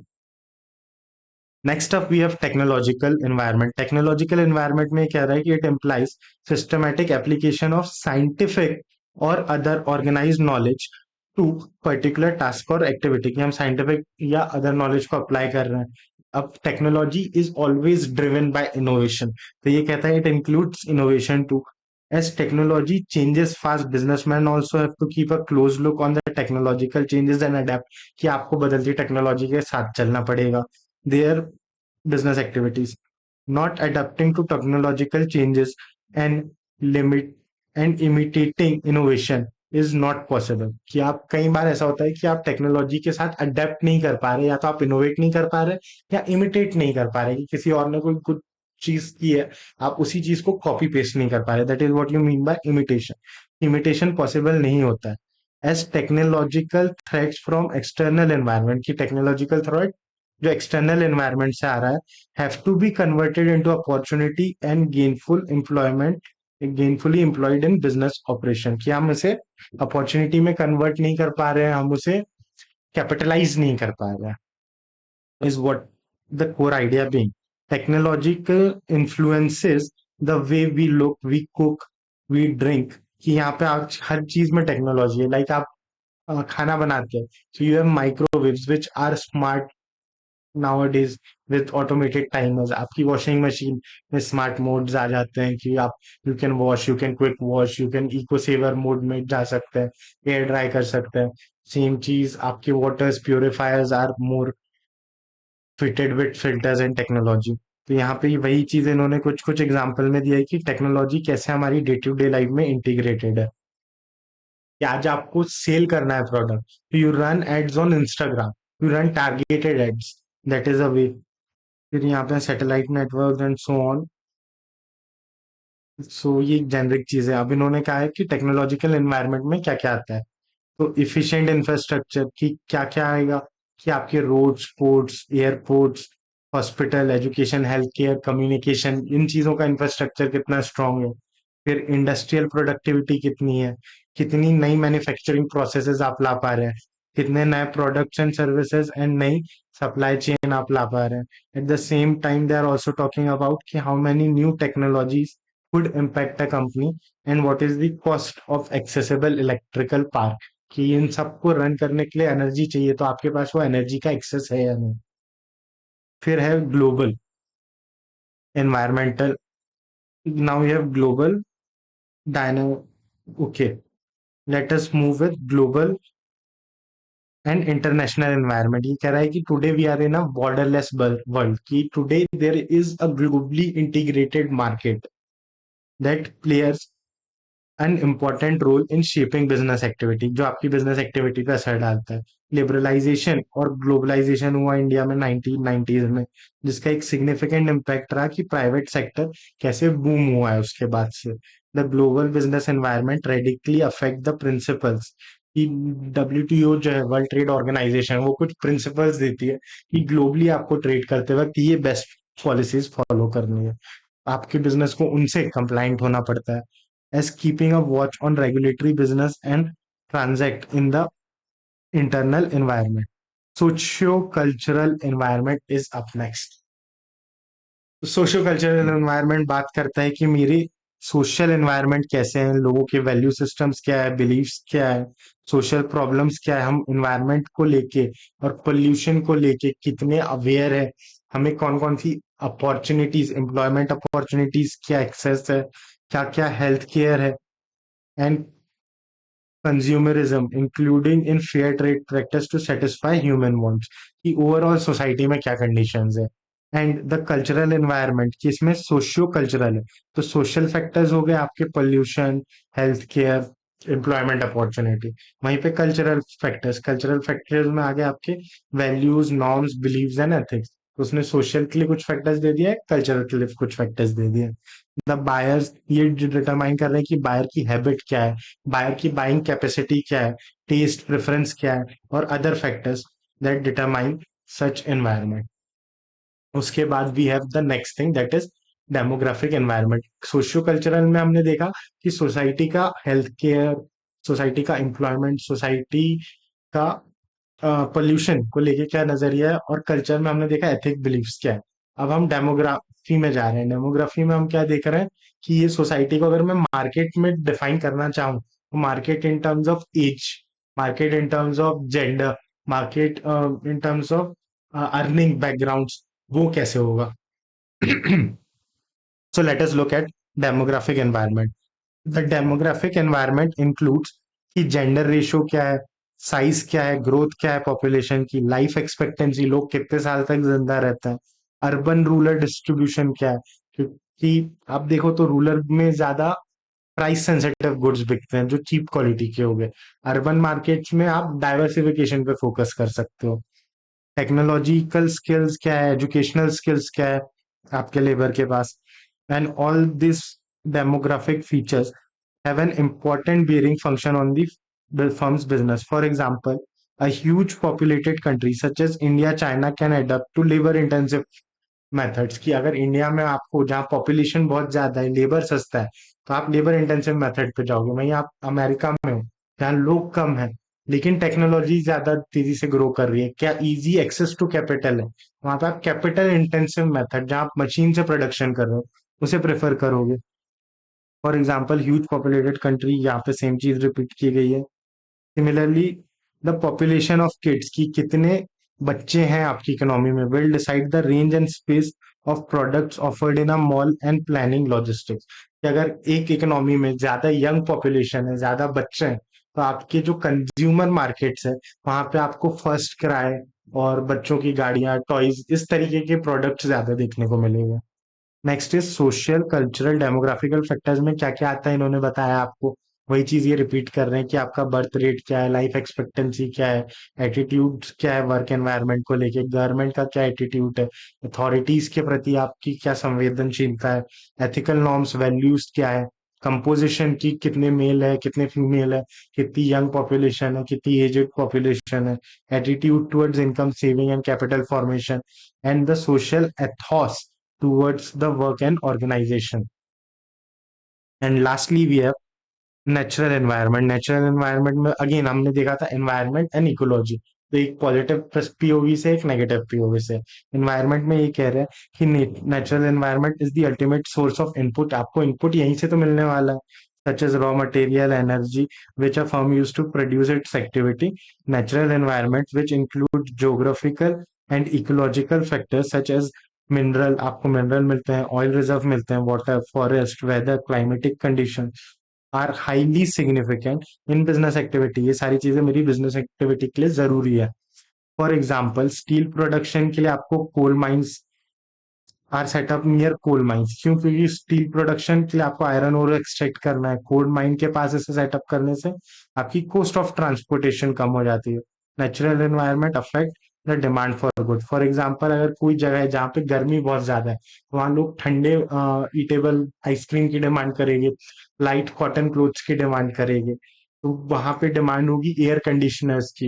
एंड एरियाज जहाँ पे पोल्यूशन ज्यादा है वहां पे air purifiers and climatic conditions will influence the demand pattern of China, will affect the demand pattern of, sorry, clothing, building materials, and housing, and natural calamities like flood, drought, earthquake, and devastating for business activities. फिर है ecological environment.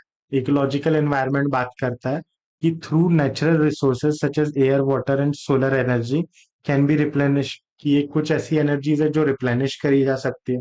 But business organization and population this resources are dumping chemicals, कि हम क्या कर रहे हैं, इन resources में केमिकल्स डंप कर रहे हैं और उन्हें पल्यूट कर रहे हैं। Washes in water and affects ozone layer. The environmental damage to water, earth, air caused by industrial activities of mankind is harmful for future generation. ये future generation के लिए harmful है। The business enterprise should be socially responsible, कि हमें CSR पे focus करना चाहिए, good governance लाना चाहिए, सस्टेनेबल डेवलपमेंट पे फोकस करना चाहिए रहता है। And use this resources meticulously यानी ज्यादा सोच समझ के। Legislative measures are also bought by government, की गवर्नमेंट पॉल्यूशन कंट्रोल के लिए बहुत सारे एक्ट्स एंड लॉज लाती है। इवन सेल्फ अकाउंटेबिलिटी, की आपको खुद से अकाउंटेबल बनना चाहिए, आपको रिन्यूएबल रिसोर्सेज की ओर मूव करना चाहिए ताकि आपका consumption do not result in over exploitation of this resources, इनके रिप्लेनिश के रेट से ज्यादा आपका कंजम्पशन का रेट एक्सीड ना करे। तो let us pause over here. इसके बाद हम मिलेंगे फॉर इंटरनल एनवायरनमेंट, यहाँ पे हम क्विकली इंटरनल एनवायरनमेंट देख लेंगे और माइकल पॉटर की 5 फोर्सेस को हम स्टडी करेंगे इसके आगे। So let us take a quick break over here. उसके बाद will be catching up with internal environment के क्या क्या फैक्टर्स हैं। Once we are done with internal environment के factors, will be moving toward Michael Porter and will be completing this chapter. So let us move to a break now.